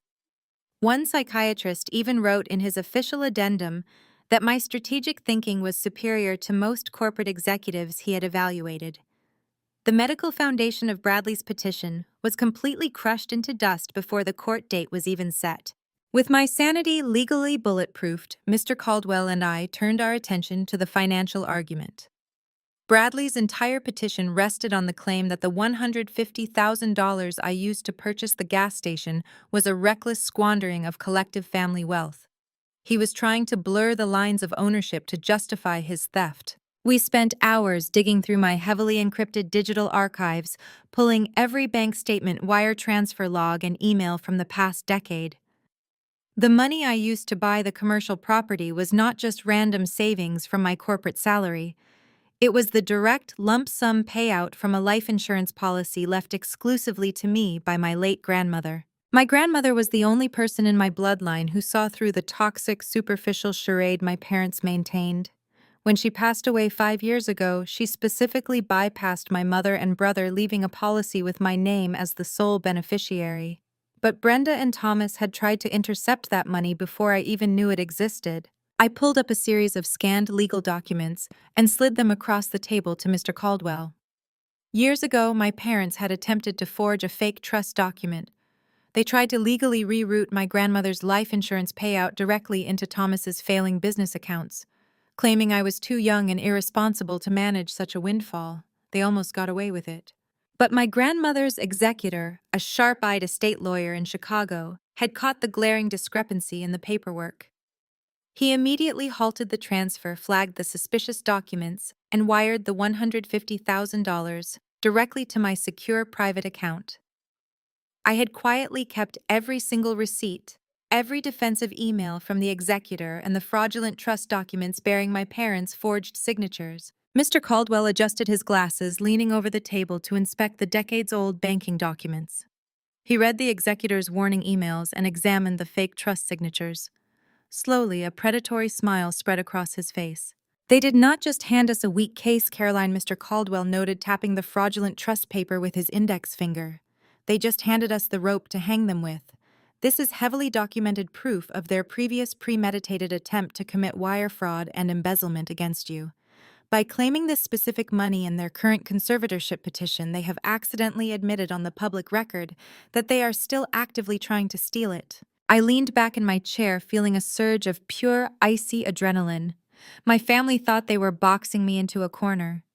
They had no idea they had just walked into a federal trap of their own making.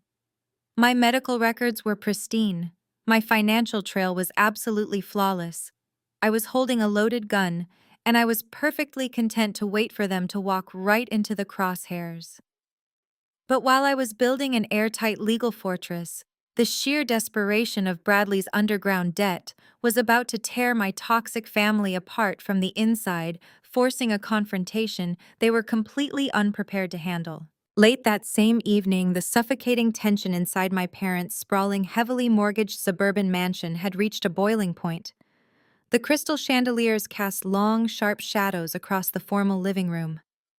Melanie, my timid younger sister, sat trapped on the edge of a velvet sofa. Her hands trembled violently as she stared down at a thick stack of legal documents resting on her lap. Brenda and Thomas stood over her, boxing her into the corner like predators circling a wounded animal. "Sign the paper!" Melanie Thomas demanded, his voice dropping to a harsh, commanding growl. "We are running out of time. Bradley needs to file this petition tomorrow morning." Melanie swallowed hard, a tear spilling over her eyelashes and dropping onto the crisp white paper. It was a fabricated legal affidavit. Bradley's sleazy attorney had drafted it specifically for Melanie to sign under penalty of perjury. The document explicitly stated that Melanie had witnessed me exhibiting severe, dangerous manic behavior. It claimed I had threatened physical self-harm during our Thanksgiving dinner, and that I had spoken wildly about hearing voices telling me to buy the gas station. It was a complete, calculated work of absolute fiction designed to strip away my fundamental human rights. "I cannot do this, Dad," Melanie whispered, her voice cracking as she tried to hand the pen back. Caroline was not manic at Thanksgiving. She was just angry. "She is completely fine. If I sign this, I am lying to a judge. I am helping you steal her money." Brenda immediately dropped to her knees in front of the sofa, grabbing Melanie's shaking hands and squeezing them tightly. She deployed her most lethal weapon, weaponized maternal guilt. "You are not stealing, sweetheart," Brenda cried, forcing her voice to tremble with manufactured heartbreak. "You are saving your sister's life. Caroline is deeply sick. She does not understand what she is doing with those cars and that property. If we do not step in and take control of her finances, she is going to end up dead in a ditch. You have to help Bradley protect her. We are a family, Melanie. Family does whatever it takes to save each other." Melanie shook her head, pulling her hands away from our mother's suffocating grip. "I am not signing a fake affidavit," she sobbed, shrinking further back into the sofa cushions. "Caroline has never been crazy. You just want her new assets because Bradley is broke. I will not send my sister to a psychiatric ward just so you can take her cars." The fake maternal warmth vanished from Brenda's face in an instant. Her expression hardened into cold, vicious granite. She stood up abruptly, stepping aside to let my father take over. Thomas stepped right up to the edge of the coffee table, leaning his massive frame over Melanie to physically intimidate her. The veins in his neck bulged against his expensive silk collar. "You ungrateful, pathetic little girl!" Thomas shouted, the sheer volume of his voice making Melanie flinch violently. "You will sign your name on that dotted line right now. We put a roof over your head. We paid for your wedding. You owe this family your loyalty, and you will not ruin your brother's legal strategy just because you lack a spine. Pick up the pen." Before Thomas could take another threatening step toward his daughter, a strong, heavy hand clamped down onto his shoulder and roughly shoved him backward. Thomas stumbled, his polished shoes slipping on the hardwood floor as he spun around in shock. Jamal stepped directly between his weeping wife and her toxic parents. As a brilliant African-American architect, Jamal had spent the last 5 years biting his tongue. He had swallowed their thinly veiled racism, their condescending elitism, and their relentless microaggressions just to keep the peace for Melanie's sake. He had quietly endured Thomas calling his prestigious architectural career a cute drawing hobby. He had smiled politely through Thanksgiving dinners while they treated me like a bank and his wife like a servant. But watching my father physically intimidate and verbally abuse Melanie was the absolute irrevocable limit. Jamal's legendary patience had officially evaporated. "Do not ever raise your voice at my wife again," Jamal warned. His voice was not a shout. It was a low, dangerous rumble that commanded the entire room, vibrating with a fierce, protective authority. Thomas sneered, his face turning an ugly shade of purple. His true arrogant colors finally bled completely through his country club facade. "You think you have any power in my house?" Thomas snarled, stepping up to Jamal and pointing a thick finger directly at his chest.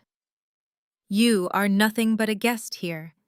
If she does not sign this paper, I will ruin you. You hear me? I have friends on the city zoning board. I play golf with the biggest commercial developers in the state. I will make 3 phone calls tomorrow morning, and I will have your architectural firm blacklisted from every major commercial project in Texas. You will be out of business and bankrupt by the end of the month. Now get out of my way and tell your wife to sign the damn paper." Jamal did not flinch. He did not back down, and he certainly did not lose his temper. Instead, a slow, freezing smirk spread across his face. He reached calmly into the inner breast pocket of his tailored suit jacket and pulled out his smartphone. The screen was brightly lit, showing an active voice recording application. The red timer was ticking steadily forward, capturing every single sound in the room. "That is textbook extortion and witness tampering," Thomas Jamal said smoothly, holding the phone up so my father could clearly see the recording waves. "You just explicitly threatened to destroy a man's business if his wife refuses to commit perjury in a federal conservatorship case. And I have every single second of your felony saved directly to a secure cloud server." Brenda gasped, covering her mouth in sheer horror as the blood completely drained from her face. Thomas froze his arm, dropping limply to his side. His mouth opened, but no words came out. He had spent his entire life bullying people who were too scared to fight back, and he had just walked blindly into a devastating legal trap set by a man he had deeply underestimated. Jamal did not give them a second to recover. He turned his back on my paralyzed parents, reached down and gently pulled Melanie up from the sofa. He wrapped her coat securely around her trembling shoulders and took her hand in his. "We are officially done with this family," Jamal declared, his voice ringing with absolute finality. "Do not call us. Do not come to our house. If you try to contact Melanie again, I will hand this audio file straight to the district attorney." Melanie wiped her tears, standing tall beside her husband. She dropped the blank, unsigned affidavit onto the floor, letting it scatter across the expensive Persian rug. For the first time in her life, she looked at our parents without an ounce of fear. Jamal kept his arms securely around Melanie as they walked out of the formal living room, their footsteps echoing down the grand hallway. The heavy oak front door slammed shut behind them, leaving Thomas and Brenda standing in the center of their quiet, suffocating mansion, entirely alone with the catastrophic reality of their failure.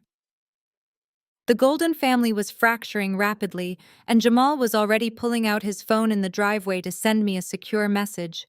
He was about to hand me the ultimate weapon to destroy Bradley's entire fraudulent case.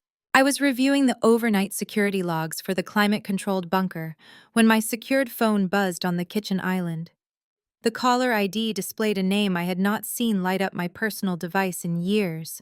It was Jamal. The message was brief, urgent, and completely devoid of his usual polite restraint. "I have something you need to see. Your father just threatened to destroy my firm."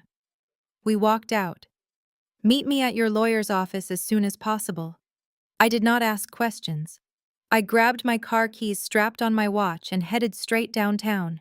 The heavy glass doors of Mr. Caldwell's conference room swung open precisely 45 minutes later. Jamal walked in with Melanie trailing close behind him. My sister looked physically exhausted, her eyes red from crying, but she held her head higher than I had ever seen her manage in our parents' house. I stood up and walked around the massive stone table. I did not offer a polite handshake. I pulled Melanie into a firm, grounding hug. "You did the right thing," I told her quietly. She nodded, wiping a stray tear, and took a seat next to her husband. Jamal did not waste time with pleasantries. He unbuttoned his suit jacket, sat down across from Mr. Caldwell, and placed his smartphone squarely in the center of the table. My father tried to force Melanie to sign a perjured affidavit for Bradley's conservatorship petition. Jamal explained, his voice sharp and purely professional. When I stepped between them, Thomas threatened to call his developer contacts and blacklist my architectural firm across the entire state. He explicitly tried to extort us into helping them steal your assets. Jamal tapped the screen of his phone, loaded the audio file, and hit play. The clear, undeniable sound of Thomas screaming his extortion threat filled the quiet conference room. We listened to my father detail exactly how he planned to ruin a man's livelihood just to force a false psychiatric claim. When the recording ended with Jamal's calm, defiant response, Mr. Caldwell let out a low whistle. He picked up his gold pen and jotted a single line on his legal pad. "That is witness tampering, coercion, and felony extortion," Mr. Caldwell stated, looking highly satisfied. "We can have Thomas arrested before the hearing even begins." But Jamal shook his head, reaching into his pocket. "Do not alert the authorities yet. The extortion is only a symptom of a much larger disease. You need to see the actual infection." Jamal pulled a sleek silver flash drive from his pocket and slid it across the glass desk toward my lawyer. A month ago, at a Sunday family dinner, Bradley was aggressively bragging about a commercial real estate flip.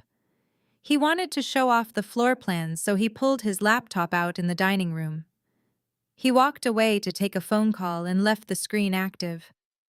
I walked over to look at the blueprints, but his browser was open to a secure encrypted messaging application. I saw numbers and threats that immediately set off red flags. I pulled out my phone and took high-resolution photographs of his screen before he came back. I compiled everything onto that drive. Mr. Caldwell plugged the flash drive into his secure laptop and mirrored the display onto the large flat-screen monitor mounted on the conference room wall. A series of digital photographs appeared. They were snapshots of a private ledger from an illegal offshore cryptocurrency gambling ring. The red negative balance glared across the screen in bold, unmistakable numbers. $2 million. I read the accompanying text messages captured in the photos. They were sent by a collection agent for a violent underground syndicate. The messages were entirely devoid of mercy. They detailed Bradley's home address, his daily schedule, and the exact locations he visited for his morning coffee. The final message gave a strict, non-negotiable 14-day deadline to produce the $2 million in liquid cash, followed by graphic descriptions of the physical violence they would inflict if he failed to pay. The entire room fell into a heavy, suffocating silence as the pieces of the puzzle aggressively snapped together. The sloppy legal petition, the frantic public ambush at the country club, the desperate attempt to extort Melanie. It was never about my mental health. It was not even about standard corporate greed. It was a frantic, terrifying scramble for literal survival. Bradley was a dead man walking. He was drowning in a violent criminal debt, and my parents were blindly helping him tie the noose around my neck to save him. I looked at the screen, my analytical mind processing the data with the same cold detachment I used to terminate failing supply chain contracts. He is not trying to protect me. I said, my voice barely above a whisper yet, commanding the entire room. He is trying to use my state highway payout as a ransom payment. He wants to liquidate the Shelby Cobras to save his own legs from being broken. Mr. Caldwell pushed his glasses up the bridge of his nose, his eyes fixed on the threatening syndicate messages. This fundamentally shifts our entire courtroom strategy, the lawyer noted. They are walking into that hearing pretending to be a loving, concerned family, trying to rescue a delusional daughter. We are going to let them paint that beautiful, tragic picture for the judge, and then we are going to drop a financial nuclear bomb on their narrative. I turned to Jamal. The gratitude I felt was immense, but I kept my demeanor strictly business. You took a massive risk pulling this data, Jamal. If Bradley finds out you breached his secure messages, he will target you. Jamal leaned back in his chair, completely unbothered. He crossed his arms over his chest, projecting absolute confidence. Bradley is a coward who gambles with money he does not have. I am an architect who builds foundations that last. Let him try to target me. Melanie reached over and grabbed my hand. We are with you, Caroline, all the way to the end. We will testify in open court. We will play the extortion recording in front of the judge. We are not hiding from them anymore. I squeezed my sister's hand, feeling a rare surge of genuine family solidarity. For the first time in my life, I was not standing alone against the toxic current of my parents' favoritism. I had allies. I had ironclad medical evaluations proving my sanity. I had bank records proving my financial independence. And now, thanks to Jamal, I held the absolute ultimate weapon. I possessed the undeniable proof of Bradley's criminal desperation. I looked back at the large monitor, staring at the $2 million syndicate debt that was about to destroy my brother's life. We do not settle, I told Mr. Caldwell, my voice vibrating with icy anticipation. We let them walk into that courtroom. We let them swear under oath. And we locked the doors behind them. The morning of the conservatorship hearing arrived with a heavy, oppressive downpour of Texas rain, washing the streets of Houston in a bleak gray. I walked through the towering bronze doors of the federal courthouse, wearing a sharply tailored charcoal suit, my posture perfectly straight, my expression entirely unreadable. Mr. Caldwell walked beside me, his leather briefcase feeling heavier than usual, packed with the highly explosive ammunition that was about to obliterate my family.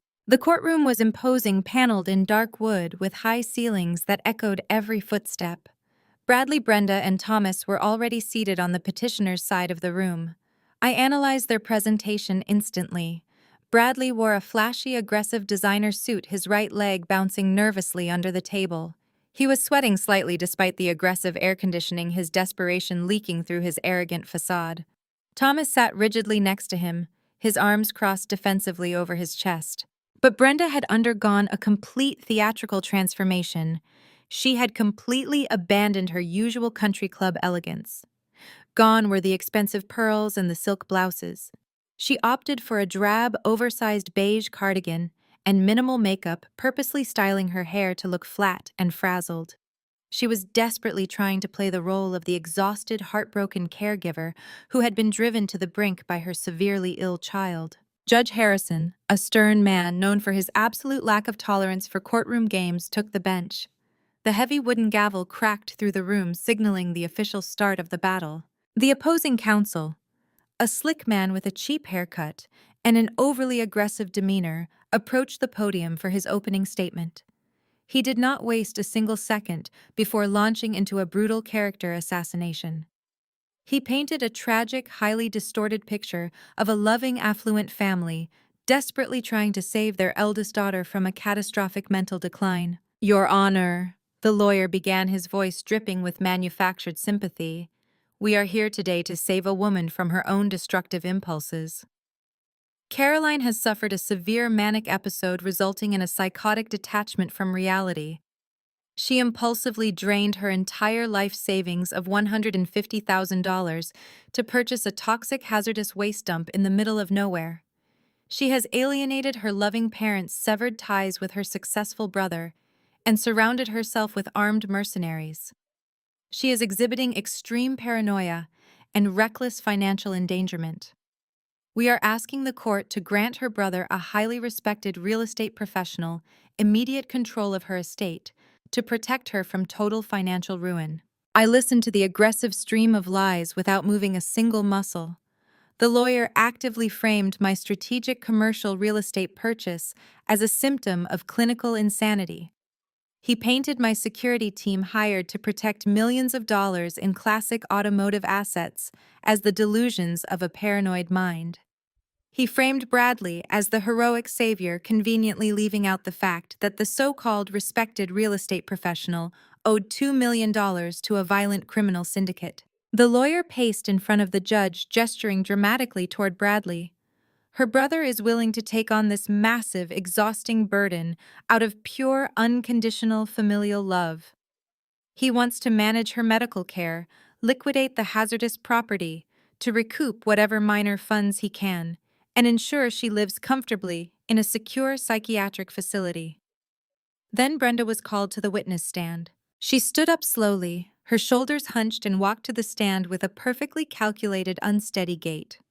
She placed her hand on the Bible, swore to tell the truth, and immediately began committing rampant perjury. When her lawyer asked her to describe my recent behavior, Brenda let out a wavering, perfectly timed sigh. She clutched a crumpled tissue in her hands, twisting it nervously. "She used to be such a practical, reliable girl," Brenda testified, her voice cracking with fake emotion. "But at our Thanksgiving dinner, something simply snapped inside her. She looked at us with these wild, empty eyes. She screamed that we were out to get her. She threw her house keys at my husband's head in a fit of sheer delusion. And then she drained her bank accounts to buy that horrible, dangerous property." Brenda paused, squeezing her eyes shut to force a tear onto her cheek. "When we drove out there just to check on her, just to bring her some food, and make sure our daughter was safe, she had armed men threaten to shoot us. I do not even recognize my own child anymore. She is hoarding junk on that property, claiming she found treasure. It is heartbreaking to watch her mind deteriorate." She looked directly up at Judge Harrison, letting one single, flawless tear roll down her cheek. "I just want my little girl safe and sound, Your Honor. She does not understand the value of money anymore. She is going to end up dead on the streets. Please let her brother step in and manage her care before it is entirely too late." It was an Oscar-worthy monologue. She played the distressed mother so convincingly that a few people in the gallery actually murmured in sympathy. Bradley sat at the petitioner's table, a smug, triumphant smile playing on his lips. He looked over at me, clearly believing they had just won the judge's absolute sympathy. They thought my silence was a sign of defeat. They thought I was paralyzed by the public humiliation of their courtroom ambush. They were entirely wrong. I sat at the respondent's table, perfectly still, exuding absolute ironclad confidence. I did not roll my eyes at my mother's fake tears. I did not scoff or shake my head when their lawyer lied about my investments. I maintained total unbothered composure. Emotions were a massive liability in a courtroom, and I was managing this hearing like a hostile corporate audit. I let my mother dig her perjury hole as deep as she possibly could. I wanted her fraudulent statements locked permanently into the official court record. I glanced at Bradley's bouncing foot. I knew exactly why he could not sit still. The criminal syndicate's deadline was rapidly approaching, and every second he spent sitting in this courtroom was costing him time he simply did not have. His arrogant smile was nothing but a fragile mask hiding sheer, suffocating terror. Mr. Caldwell sat right next to me, his hands resting flat on the polished wooden table. He was absolutely relaxed. He glanced at me, offering a microscopic, predatory nod. We had let them build their beautiful, tragic, fictional house of cards. They had sworn under oath. They had cemented their lies into the legal foundation of the case. Now it was our turn to light the match and burn it all directly to the ground. Mr. Caldwell stood up slowly, smoothing the front of his tailored suit jacket.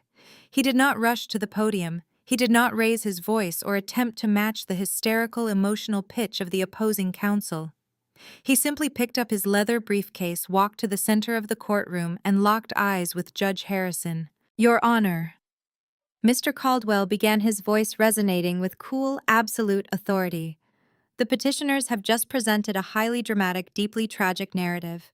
It was a compelling performance. However, federal courts operate on empirical evidence, medical science, and financial records, not amateur theatrical productions." Mr. Caldwell opened his briefcase and pulled out 3 thick, sealed manila envelopes bearing the official insignias of the most prestigious medical institutions in Texas. He handed them directly to the bailiff, who passed them up to the judge's bench. "The petitioners have based their entire legal strategy on the accusation that my client is suffering from a catastrophic manic episode," Mr. Caldwell stated, pacing methodically in front of the respondent table. "They claim she is delusional, paranoid, and lacks the cognitive capacity to manage her own life. To address this severe accusation, my client proactively subjected herself to comprehensive psychiatric evaluations." Judge Harrison picked up his reading glasses, breaking the seal on the first envelope. "What you are holding, Your Honor, are 3 independent, highly rigorous psychological and cognitive assessments." Mr. Caldwell continued, ensuring his voice carried to the back of the silent gallery. "These were conducted over the past 5 days by top-tier board-certified psychiatrists who frequently serve as expert witnesses in complex federal litigation. I direct your attention to the final conclusions on page 4 of each document." The courtroom was dead silent as Judge Harrison read the medical findings. The sympathetic, concerned expression he had previously worn while listening to my mother's fake sobbing completely vanished. His jaw tightened, and his eyes narrowed as he scanned the clinical data. "These doctors explicitly state that Caroline is in perfect mental health," Mr. Caldwell announced, driving the stake deeper into my family's lie. "They note her exceptionally high cognitive function, her rational decision-making skills, and her superior ability to manage high-stress environments." One of the examining doctors specifically noted that her strategic financial thinking outpaces most corporate executives he has evaluated. Bradley's opposing counsel jumped up from his seat, his face suddenly flushed with panic. "Objection, Your Honor. We have not had the opportunity to cross-examine these medical professionals." "Overruled." Judge Harrison snapped, slamming his hand flat against the bench. The judge glared down at the lawyer. "These are sworn, notarized medical affidavits from 3 of the most respected psychiatric experts in this state. The medical foundation of your petition has just been completely eviscerated, counselor." My mother gripped the edge of her table, her knuckles turning bone white. The fragile, heartbroken mother persona was melting off her face, replaced by sheer, suffocating panic. Thomas stared blankly ahead, realizing their primary weapon had just been dismantled with clinical precision. But Mr. Caldwell was just getting started. He turned his back on my devastated parents and looked up at the digital projector screen mounted on the courtroom wall. Now that we have established my client is of perfectly sound mind, let us address the accusation of financial recklessness, Mr. Caldwell said smoothly. He pulled a sleek laptop from his briefcase and connected it to the court's presentation system. The petitioners claim Caroline squandered collective family wealth on a toxic waste dump. They are lying. A high-resolution image of an official bank statement flashed onto the massive screen. I watched Bradley's eyes dart toward the monitor, his arrogant posture completely crumbling. The $150,000 my client used to purchase the commercial property was not family money, Mr. Caldwell declared, highlighting a specific line item on the projected document. It was a direct, lump sum payout from a life insurance policy left exclusively to Caroline by her late grandmother. The funds were wired securely from a Chicago estate executor directly into my client's private account. She did not touch a single cent of her parents' money. Opposing counsel looked at Bradley, his eyes wide with frantic confusion. Bradley refused to meet his lawyer's gaze, sinking lower into his expensive chair. But why would the petitioners believe they had a right to this specific money? Mr. Caldwell asked the court, his tone turning dangerously sharp. Why would they perjure themselves by claiming these funds belong to the family collective? Mr. Caldwell clicked his presentation remote. The bank statement disappeared, replaced by a scanned, heavily redacted legal document. The signatures of Brenda and Thomas were clearly visible at the bottom of the page. Because 5 years ago, Thomas and Brenda attempted to steal it, Mr. Caldwell announced, dropping the ultimate financial bombshell. The entire gallery gasped. Judge Harrison leaned aggressively over his bench, his eyes locked on the projected screen. "This document is a fraudulent trust," Mr. Caldwell explained, walking the judge through the undeniable paper trail. Shortly after the grandmother's death, the petitioners attempted to forge these documents to legally reroute Caroline's rightful inheritance directly into Thomas's failing business accounts. They tried to embezzle her money before she even knew the life insurance policy existed.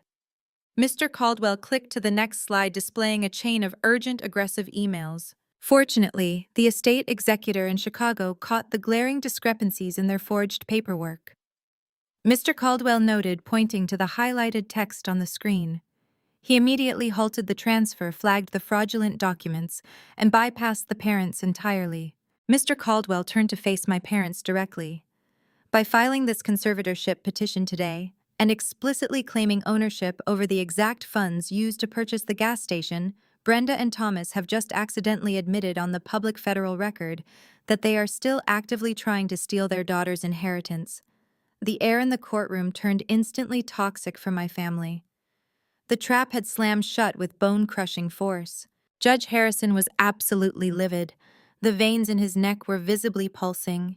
He took off his reading glasses and threw them onto his desk, glaring down at Brenda and Thomas with a level of disgust usually reserved for violent criminals. His sympathetic demeanor had been completely replaced by righteous judicial fury. "Is this true?" Counselor Judge Harrison bellowed, his voice echoing like thunder against the wood-paneled walls. "Did your clients knowingly submit a petition claiming ownership of assets they previously attempted to fraudulently intercept?" The opposing counsel was visibly sweating. He frantically shuffled through his own useless paperwork, realizing his clients had lied to him, hidden crucial financial context, and marched him blindfolded into a career-ending ethical disaster. "Your Honor, I was not made aware of these specific prior trust documents," the lawyer stammered, physically stepping away from Bradley and Thomas as if their criminality was contagious. I sat at the respondents' table, my posture still impeccably straight. I did not smile. I did not gloat. I watched the Golden family burn in the exact flames they had tried to use against me. Bradley's chest was heaving with rapid, shallow breaths. His $2 million criminal debt was ticking like a time bomb in his pocket, and the only financial life raft he had left was currently being shredded into confetti on the court record. But we were not finished. The medical and financial smackdown had destroyed their credibility, but I wanted to ensure they could never ever recover. It was time to call the witness they never saw coming. Mr. Caldwell turned to the bailiff and requested our final witness be brought into the courtroom. The heavy oak doors at the back of the gallery swung open with a resounding thud. Jamal stepped over the threshold, wearing a meticulously tailored navy suit, his posture radiating absolute, unshakable confidence. He walked down the center aisle with the measured, deliberate pace of a man who knew exactly how much power he held in his hands. The moment my parents registered who was walking toward the front of the room, the remaining color drained entirely from their faces. Brenda gasped aloud, her hand flying to her chest in genuine, unscripted shock. Thomas gripped the edge of the petitioner table so hard his knuckles turned stark white. To them, Jamal was supposed to be the quiet, obedient son-in-law. He was the man who swallowed their microaggressions to keep the peace, the outsider they barely tolerated. Seeing him march to the witness stand on my behalf was the ultimate unimaginable betrayal. Jamal stepped up to the stand, placed his right hand firmly on the Bible, and swore to tell the whole truth. He sat down, adjusting the microphone with the calm precision of an architect preparing to present a flawless blueprint. Mr. Caldwell approached the podium. "Can you state your name and relationship to the parties involved in this petition?" "My name is Jamal," he answered, his deep voice carrying effortlessly across the silent courtroom. "I am an architect, and I am married to Melanie, the youngest daughter of Thomas and Brenda, and the sister of Bradley and Caroline." Mr. Caldwell nodded. "Were you present at your in-laws' residence 2 nights ago when the petitioners were preparing their legal strategy for this very hearing?" "I was," Jamal confirmed smoothly. "And what I witnessed was not a family preparing to help a sick relative. I witnessed a calculated attempt to fabricate evidence and suborn perjury." Bradley's sleazy attorney jumped up, sweating profusely, his cheap suit clinging to his back. "Objection. This is hearsay and highly prejudicial. My clients are upstanding citizens." Judge Harrison glared at the lawyer, his patience entirely depleted. "Overruled. I want to hear exactly what this witness has to say. Proceed and do not leave out a single detail." Jamal leaned forward slightly, resting his hands on the wooden rail of the witness box. Thomas and Brenda cornered my wife in their formal living room. They shoved a blank legal affidavit into her hands and aggressively demanded she sign it. The document falsely claimed that Melanie had witnessed Caroline exhibiting severe manic behavior and threatening self-harm at Thanksgiving. When Melanie refused to commit perjury and stated clearly that Caroline was in perfect mental health, Thomas escalated the situation to felony extortion. The entire courtroom seemed to stop breathing. Judge Harrison leaned aggressively over his bench, his eyes locked onto Jamal. "Extortion is a very specific, very serious criminal charge," the judge warned. "Do you have physical proof to back up this accusation?" Jamal did not flinch. He reached into his inner breast pocket and produced a sleek silver flash drive. "I do, Your Honor." When I stepped between my wife and her father, Thomas threatened to use his commercial real estate contacts to blacklist my architectural firm across the entire state of Texas. He explicitly stated he would bankrupt my business overnight if my wife did not sign the fraudulent affidavit. I recorded the entire altercation on my smartphone. The unedited, time-stamped audio file is on this drive. Mr. Caldwell took the drive, handed it to the bailiff for evidentiary submission, and asked for permission to play the audio for the court. Judge Harrison granted it immediately. The bailiff connected the drive to the court's audio system. A second later, my father's furious, echoing voice filled the massive room. The recording captured every vicious, threatening word with terrifying clarity. The entire gallery heard Thomas scream about his powerful developer friends. They heard him threaten to destroy a man's livelihood, and they heard him explicitly demand that his daughter commit a federal crime to secure the conservatorship. The audio clicked off. The devastating silence returned heavier and more suffocating than before. Thomas sat frozen at his table, looking like a man who had just been struck by a high-speed train. Brenda covered her face with both hands, unable to look anywhere but the floor, her shoulders shaking with genuine terror. They had walked into a federal courthouse pretending to be a wholesome, loving family, and Jamal had just broadcast their sheer, unadulterated criminality for the official public record. But Jamal was not finished. He turned his attention directly to my golden child brother. The extortion attempt against my wife was an act of pure desperation. Jamal continued his gaze, pinning Bradley to his chair, like a specimen on a board. Because this entire conservatorship petition has absolutely nothing to do with Caroline's mental health. It is a fraudulent, predatory scheme orchestrated by Bradley to steal her newly acquired assets and save his own life. Bradley opened his mouth to scream an objection, but his vocal cords completely failed him. He was paralyzed by sheer terror. Mr. Caldwell approached the witness stand again. Can you elaborate on that statement? What exactly is Bradley desperate to save his life from? A month ago, at a Sunday family dinner, Jamal testified, his tone remaining clinical and objective. Bradley left his laptop open and unattended in the dining room. His browser was logged into a secure encrypted messaging application. The screen displayed a digital ledger for an illegal offshore cryptocurrency gambling syndicate. I took high-resolution photographs of the screen. Those images are also on the flash drive currently in evidence. Mr. Caldwell prompted the court clerk to display the images on the large projector screen. The bright red negative balance glared across the courtroom, illuminating Bradley's massive $2 million underground debt for everyone to see. The subsequent photos displayed the violent text messages from the syndicate's collection agents. They detailed Bradley's home address, his daily routine, and demanded liquid cash within 14 days under threat of severe physical mutilation. Jamal pointed at the projected evidence. Bradley leveraged escrow funds and lost everything in an illegal crypto market. He is $2 million in debt to a violent criminal cartel. When he discovered Caroline was receiving a massive state payout and possessed classic cars worth millions, he manipulated his parents into filing this petition. This is not a conservatorship, it is a ransom payment. Bradley plans to institutionalize his completely healthy sister, liquidate her assets, and use her money to pay off the syndicate before they break his legs. The courtroom erupted into shocked whispers and outraged gasps. Judge Harrison slammed his gavel down, repeatedly demanding order. His face was a mask of pure, righteous judicial fury. He looked down at the petitioner's table, seeing right through the polished suits and the country club facade. He saw exactly what my family truly was. They were not concerned parents or a loving brother. They were desperate, ruthless predators who had tried to use the legal system to cannibalize their own daughter. I sat at my table watching Bradley physically crumble under the weight of the absolute exposure. He curled in on himself, burying his head in his arms, his entire body trembling violently. The empire of lies was entirely demolished. The trap had closed with a deafening snap, and there was absolutely no way out. The silence in the courtroom following Jamal's testimony was absolute. Judge Harrison sat perfectly still, his eyes fixed on the projected evidence displaying Bradley's $2 million criminal debt.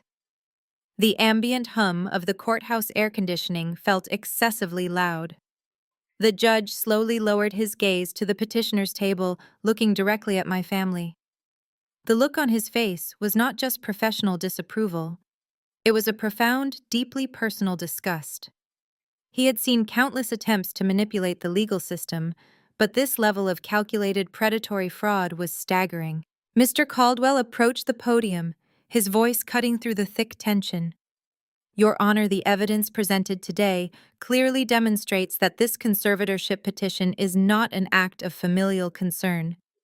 It is a desperate, malicious attempt to utilize this federal court as a collection agency for an illegal, violent gambling syndicate.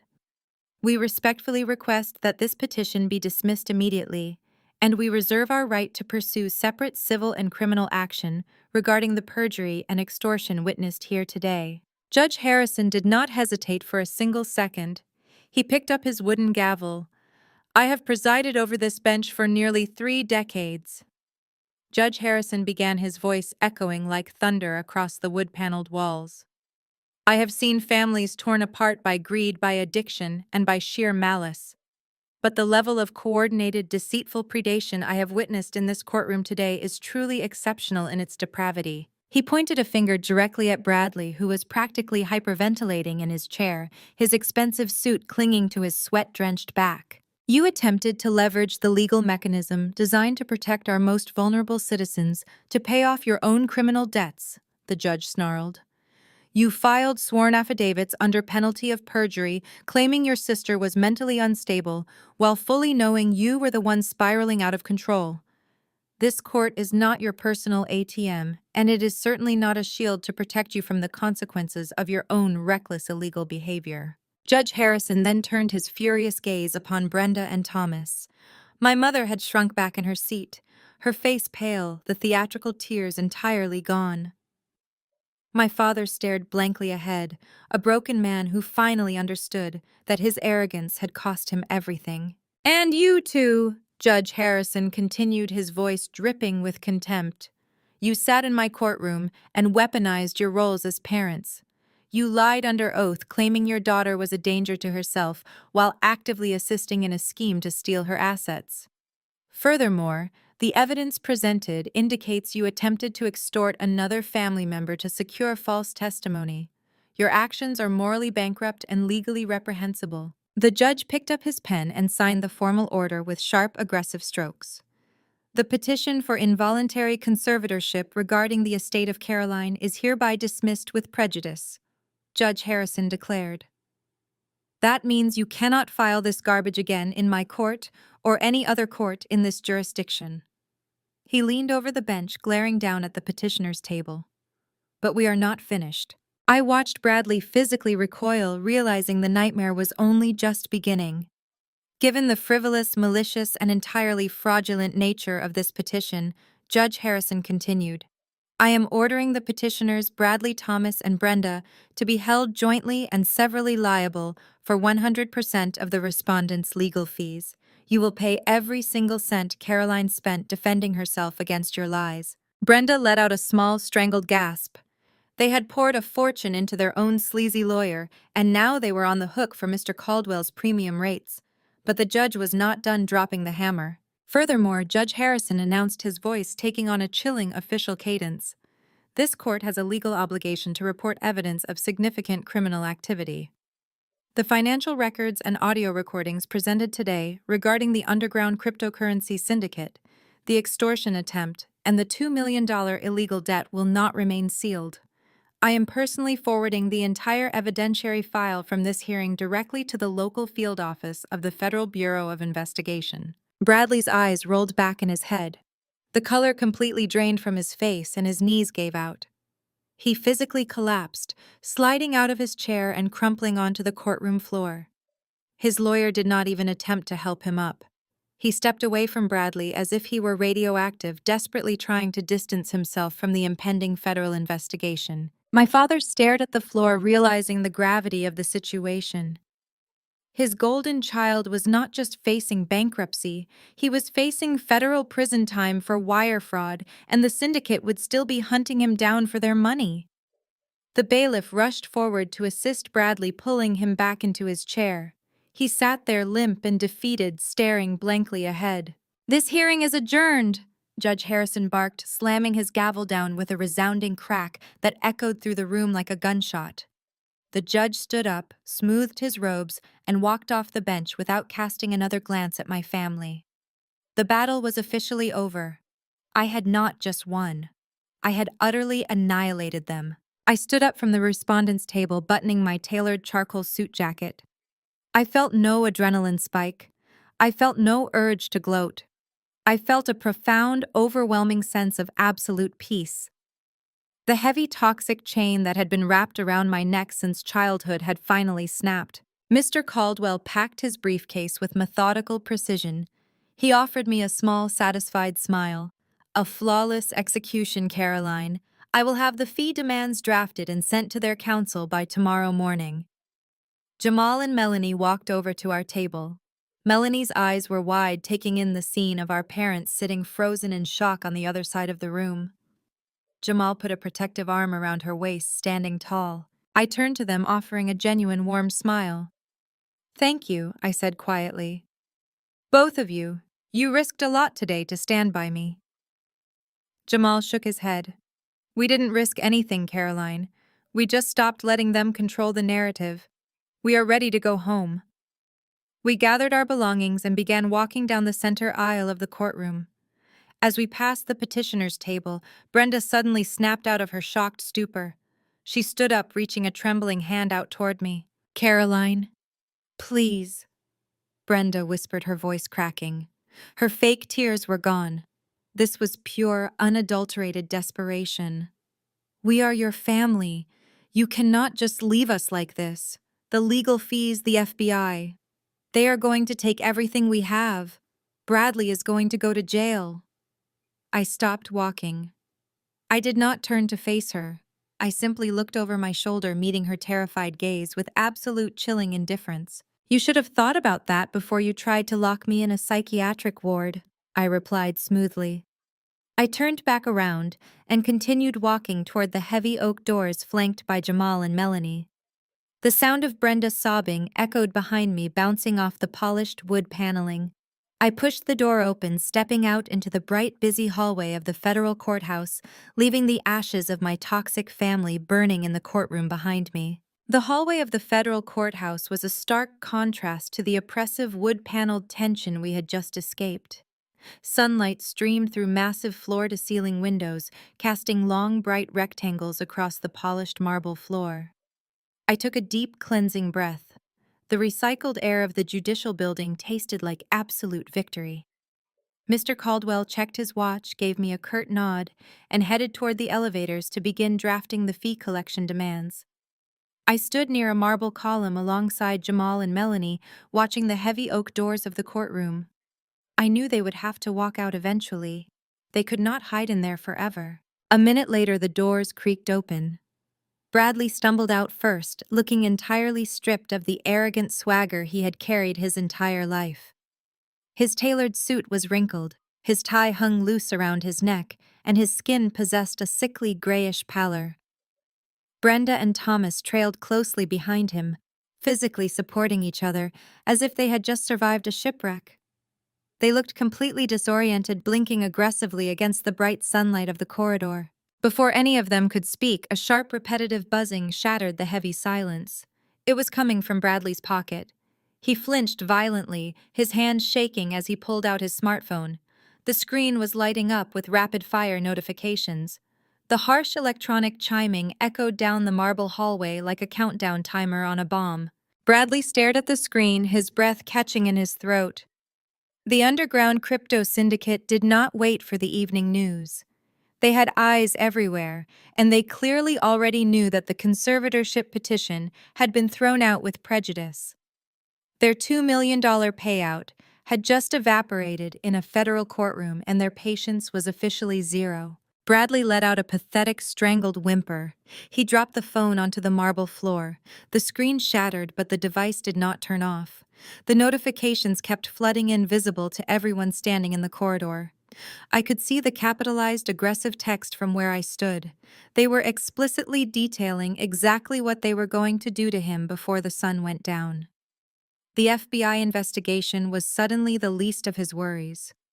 He was a dead man walking, and the sheer paralyzing terror of that reality finally broke him completely.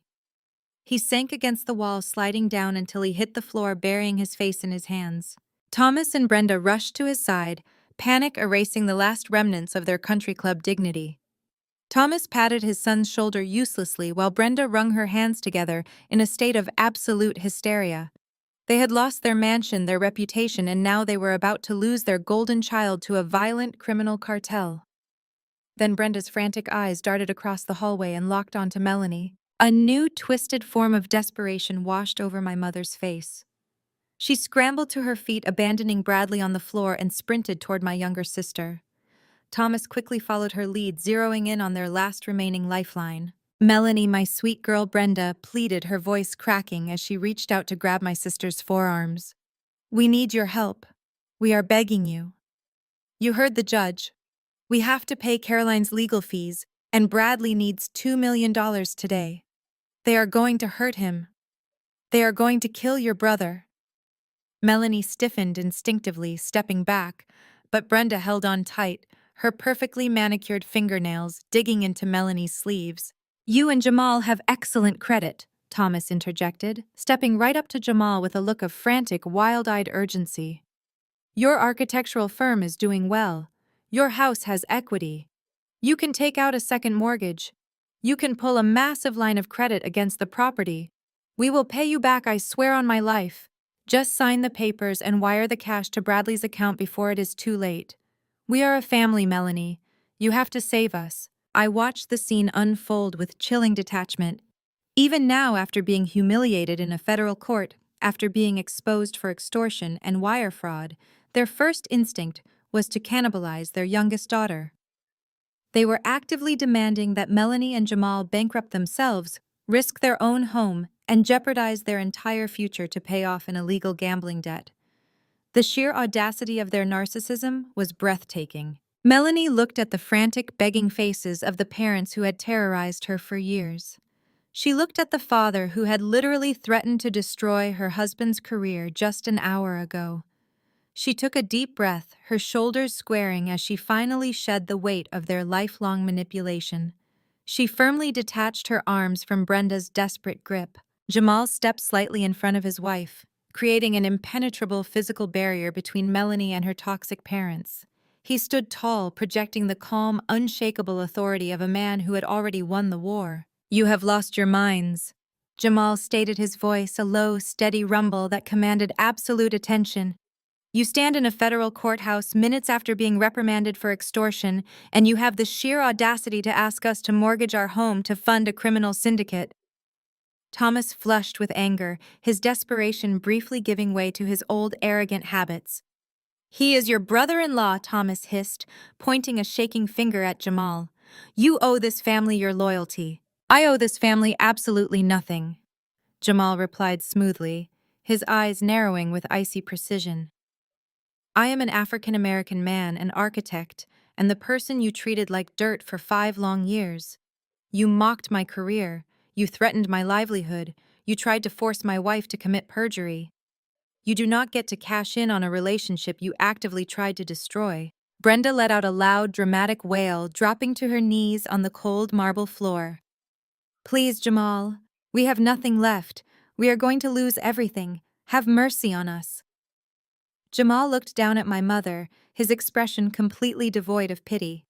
He looked them dead in the eye, delivering the final fatal blow to their toxic empire. "We are officially done with this family," Jamal declared, his words ringing with absolute irrevocable finality. "Do not call our phones. Do not approach our property. If you ever come near Melanie again, I will personally ensure the district attorney receives every piece of evidence from today's hearing. Good luck with your debt." Melanie did not hesitate. She linked her arm tightly through Jamal's, her head held high. She did not cast a single backward glance at her sobbing mother or her paralyzed father.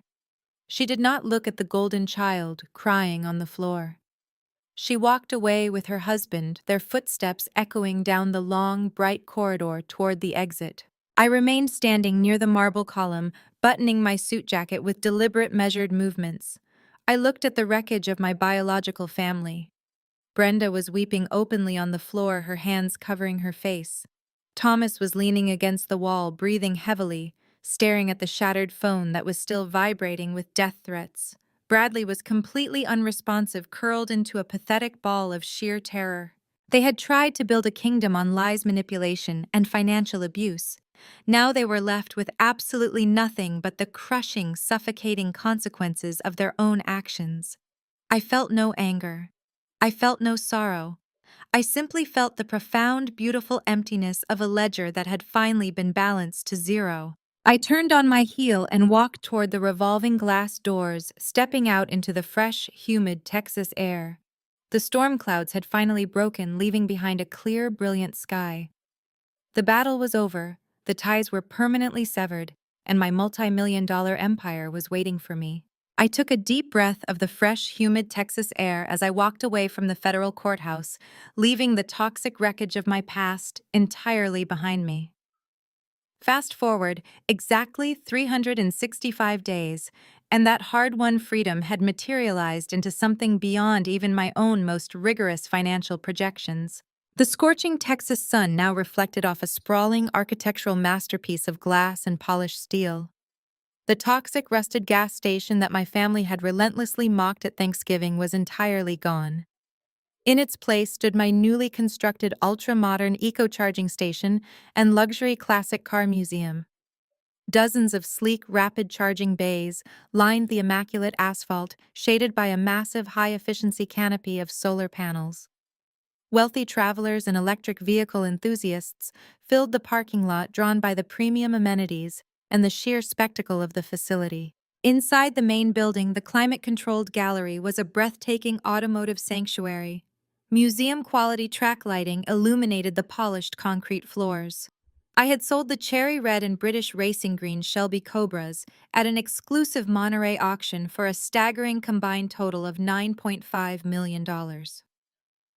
But I had kept the midnight blue 1966 Shelby Cobra 427 as the permanent centerpiece of my business.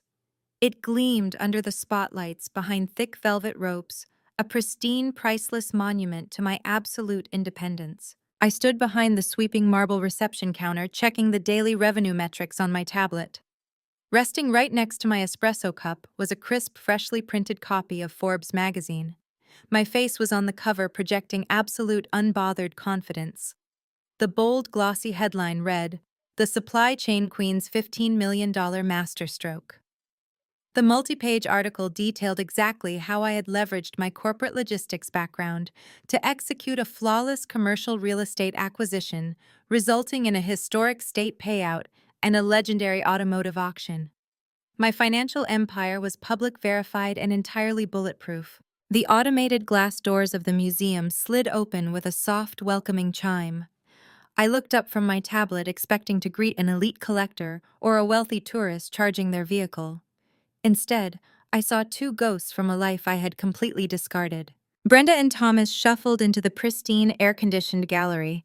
I almost did not recognize them. The physical transformation was deeply shocking. Gone were the tailored silk suits, the expensive pearls, and the impenetrable country club arrogance. My father wore a faded, ill-fitting polo shirt and scuffed trousers that hung loosely on his diminished, stooped frame. My mother, who used to spend thousands of dollars at elite salons just to maintain her social image, looked haggard and utterly exhausted. Her graying hair was pulled back haphazardly, and she wore a cheap, heavily wrinkled dress that looked like it had come from a thrift store discount bin. They looked like people who had been violently chewed up and spat out by the catastrophic consequences of their own actions. I knew exactly how they had ended up in this pathetic state. Following the disastrous courtroom dismissal, the Federal Bureau of Investigation had moved swiftly and without mercy. The encrypted ledgers and the audio recordings Jamal provided were more than enough for a federal indictment. My golden child brother was currently wearing a standard-issue orange jumpsuit, serving a harsh, non-negotiable sentence in a federal penitentiary for massive wire fraud and criminal conspiracy. But the federal charges were only half the battle. The violent underground crypto syndicate still demanded their $2 million, and they did not care that Bradley was behind bars. In a desperate, delusional attempt to save their favorite son from the cartel and fund his astronomical federal defense lawyers, Brenda and Thomas had liquidated absolutely everything. They had drained their robust retirement accounts, sold off their luxury vehicles at a massive loss, and remortgaged their sprawling suburban mansion until the bank finally foreclosed on it. They had burned their entire lives to the ground to protect a criminal, only to watch him get locked away anyway. Now they had absolutely nothing left. Thomas and Brenda stopped just a few feet inside the gallery, their weary eyes darting around the multi-million-dollar facility. They stared at the midnight blue Shelby Cobra, the physical manifestation of the wealth they had tried so ruthlessly to steal. Then their gaze shifted to the marble counter and landed directly on the Forbes magazine cover. I watched my mother's throat bob as she swallowed hard, the reality of my success crashing down on her. I did not speak. I did not greet them or ask why they were trespassing on my commercial property. I simply locked my tablet, crossed my arms over my tailored blazer, and waited for them to make the first move. Brenda took a hesitant, trembling step forward. Her eyes were red-rimmed and filled with a desperate, suffocating panic. Caroline Brenda whispered, her voice cracking under the crushing weight of her utter humiliation. Please, we had to take 3 different city buses just to get out here. We do not even own a car anymore. We did not know where else to go. I remained perfectly silent, exuding cold clinical detachment. Your brother is in federal prison. Thomas rasped his voice, lacking any of its former booming authority. He looked at the floor, completely unable to meet my eyes. The defense lawyers and the settlement payouts took every single cent we had. The bank took the house. We are living in a tiny, roach-infested weekly rental on the bad side of Houston. We are facing complete ruin. We can barely afford groceries. Brenda reached a shaking hand out toward the marble counter. Caroline, we are starving. We have absolutely nothing left to our names. We saw the magazine at a newsstand. We know how much money you made from all of this. You have tens of millions of dollars. You built an absolute empire out of that dirt lot. Please, you have to help us. We are your family. Have mercy on your own blood. I looked at the 2 broken, pathetic people standing in my immaculate gallery. They were completely stripped of their power, their wealth, and their toxic arrogance. They had come crawling back to the exact same daughter they had publicly humiliated, disowned, and tried to institutionalize. They were begging for the very same money they had aggressively tried to steal through perjury and extortion. I looked at them with the same detached clinical indifference I would give to a failing bankrupt vendor who had breached their contract. The grand opening of my new life was here, and there was no space reserved for them. I stared at Brenda and Thomas, taking in the full measure of their desperation. The grand opening of my new life was here, and there was no space reserved for them. Brenda slammed her palms flat against the pristine marble of the reception counter. The sudden, harsh sound echoed through the quiet, climate-controlled gallery. Her hands were shaking so violently that her knuckles rattled against the stone. She leaned forward, her chest heaving as she forced out loud, ragged sobs that contorted her entire face. She was pulling out every single theatrical trick she had perfected over the last 3 decades, but her audience was entirely immune to the performance. Caroline, we have nothing. Brenda wept, real, desperate tears finally spilling over her cheeks and dripping onto the collar of her cheap, wrinkled dress. We are living in a tiny apartment. The roof leaks. The neighbors shout all night. You have millions. You have an empire right here. Please have mercy on your own blood. Thomas stepped up beside her. His shoulders slumped in absolute defeat. He looked like a hollow shell of the domineering patriarch who had once terrorized our family. He did not yell. He did not threaten to ruin anyone's career. He simply looked at me with dull, exhausted eyes. We just need a small loan, Caroline. Thomas rasped his voice, barely audible over the hum of the museum ventilation system. Just enough to get a decent place to sleep. We will pay you back. I will find a job. I promise you. I looked at the man who had tried to extort my brother-in-law to save his golden child. I looked at the woman who had happily perjured herself in a federal courtroom to lock me in a psychiatric ward and steal my inheritance. They were standing in my multi-million-dollar facility, begging for the exact same wealth they had violently tried to rip from my hands. I felt no anger, I felt no pity, I felt absolutely nothing but pure, unadulterated indifference. The emotional cord had been severed completely and cauterized by their own betrayal. Blood does not commit perjury to steal from its own. I stated, my voice completely smooth and chillingly calm. Blood does not threaten to institutionalize a perfectly sane woman for a quick payout. You made a calculated financial decision to protect a criminal. Your investment failed. I do not subsidize bad investments, and I certainly do not fund the people who tried to bankrupt me. Brenda let out a loud, strangled wail. She reached across the marble counter, desperately trying to grab my hand. You are my daughter! Brenda screamed, her voice cracking with sheer panic. You owe us! We raised you! You cannot do this! I smoothly stepped back, keeping myself entirely out of her reach. My expression remained locked in an iron mask of absolute professional detachment. I owe you exactly what you gave me when I needed support, I replied coldly. Nothing. You are trespassing on private commercial property. I raised my hand and signaled the two massive armed security guards standing near the front entrance. Davis, the lead guard who had proudly turned them away at the construction gate a year ago, immediately stepped forward with his partner. Escort these individuals off the premises, I instructed Davis, my tone leaving zero room for negotiation. If they attempt to cross the property line again, do not issue a warning. Call the county sheriff and press formal charges for criminal trespassing. Davis nodded sharply. He and his partner moved in firmly, gripping Brenda and Thomas by the arms. Thomas did not fight back. He simply lowered his head and allowed himself to be dragged toward the automatic glass doors. But Brenda fought wildly. She thrashed against the security guards, screaming my name over and over again, begging for a second chance that was never going to come. I watched without blinking as the guards forcibly marched them out of the cool, air-conditioned museum and back into the blistering, unforgiving Texas heat. They were escorted all the way across the pristine asphalt parking lot, past the sleek electric vehicle charging stations, and shoved out past the main security gate. I watched them stumble down the dusty shoulder of the county road, heading toward the nearest public bus stop. They were entirely erased from my world. I turned my back on the glass doors and exhaled a long, steady breath.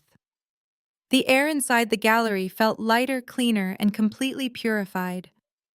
A few minutes later, the distinct, cheerful sound of familiar laughter echoed from the hallway leading to the executive offices. Jamal and Melanie walked into the main gallery, both of them radiating pure, unbidden happiness. Jamal wore a sharp, custom-tailored suit. Without Thomas actively trying to sabotage his career, Jamal's architectural firm had exploded in success over the past year. He had recently secured 3 massive commercial contracts in downtown Houston. Melanie walked beside him, looking vibrant, healthy, and incredibly confident. She had completely shed the timid, anxious demeanor she carried while living under our parents' oppressive shadow. Melanie held a chilled bottle of vintage champagne, while Jamal carried 3 crystal flutes. They walked right up to the marble reception counter, their eyes shining with genuine pride. I saw the security feed from the office. Jamal said, a slow, deeply satisfied smirk spreading across his face. Looks like the trash finally took itself out for good. They are permanently banned from the zip code as far as I am concerned, I replied, a real warm smile finally breaking across my face. Melanie popped the cork on the champagne bottle.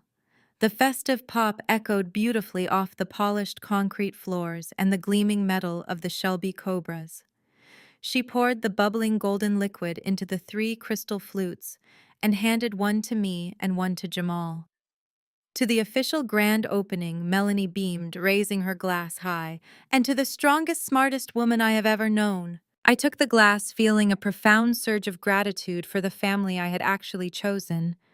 But we have one more thing to celebrate today, I announced, looking between my sister and my brother-in-law.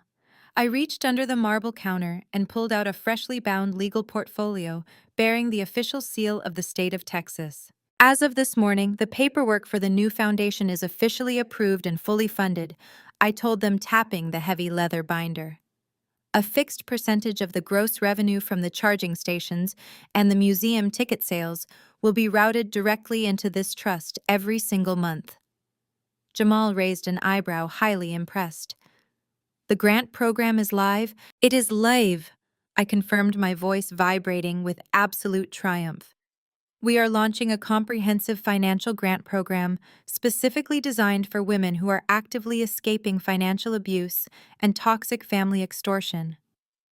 We are providing no-strings-attached seed capital, legal retainers, and supply chain mentorship for women who need to start over and build their own independent businesses. Melanie gasped, her eyes filling with happy, overwhelming tears. Caroline, that is absolutely incredible. You are going to change so many lives. I am going to give them the exact same leverage I used to break free, I stated firmly. Nobody should ever feel trapped because their abusers control their bank accounts. We are giving them the capital to fight back and win. Jamal lifted his champagne flute, his expression filled with deep, unwavering respect. To building empires and breaking chains. To breaking chains, Melanie echoed. I raised my glass, the crystal catching the bright gallery spotlights. I clinked my flute against theirs. The sharp, clear chime rang out like a victory bell. I took a sip of the crisp, freezing champagne, letting the sweet taste of absolute success wash over me. I looked out over the gleaming hoods of the priceless classic cars I had uncovered from the dirt. I had taken the worst possible hand dealt to me by a cruel, arrogant family, and I had transformed it into a multi-million-dollar fortress. I had proven that true power does not come from manipulation or deceit. True power comes from clinical precision, ironclad boundaries, and the absolute refusal to ever play the victim. My family had tried to bury me. They did not realize I was a seed. The best revenge was not destroying them in the dirt. The best revenge was living a wildly successful, completely untouchable life entirely out of their reach. And as I stood in the center of my flawless empire, surrounded by the only family that actually mattered, I knew I had won the ultimate war. The most powerful lesson from Caroline's journey is that true family isn't determined by biology, but by genuine respect and support. For years, she sacrificed her own peace for parents and a brother who only viewed her as a convenient financial safety net. Her ultimate triumph wasn't just uncovering a multi-million-dollar automotive fortune. It was discovering the profound strength to forge an ironclad boundary against their toxic entitlement. She proved that the best revenge isn't destruction. It's building a radiant, untouchable life for yourself while lifting up those who truly matter. Have you ever had to set a firm boundary to protect your own peace? Share your story in the comments below.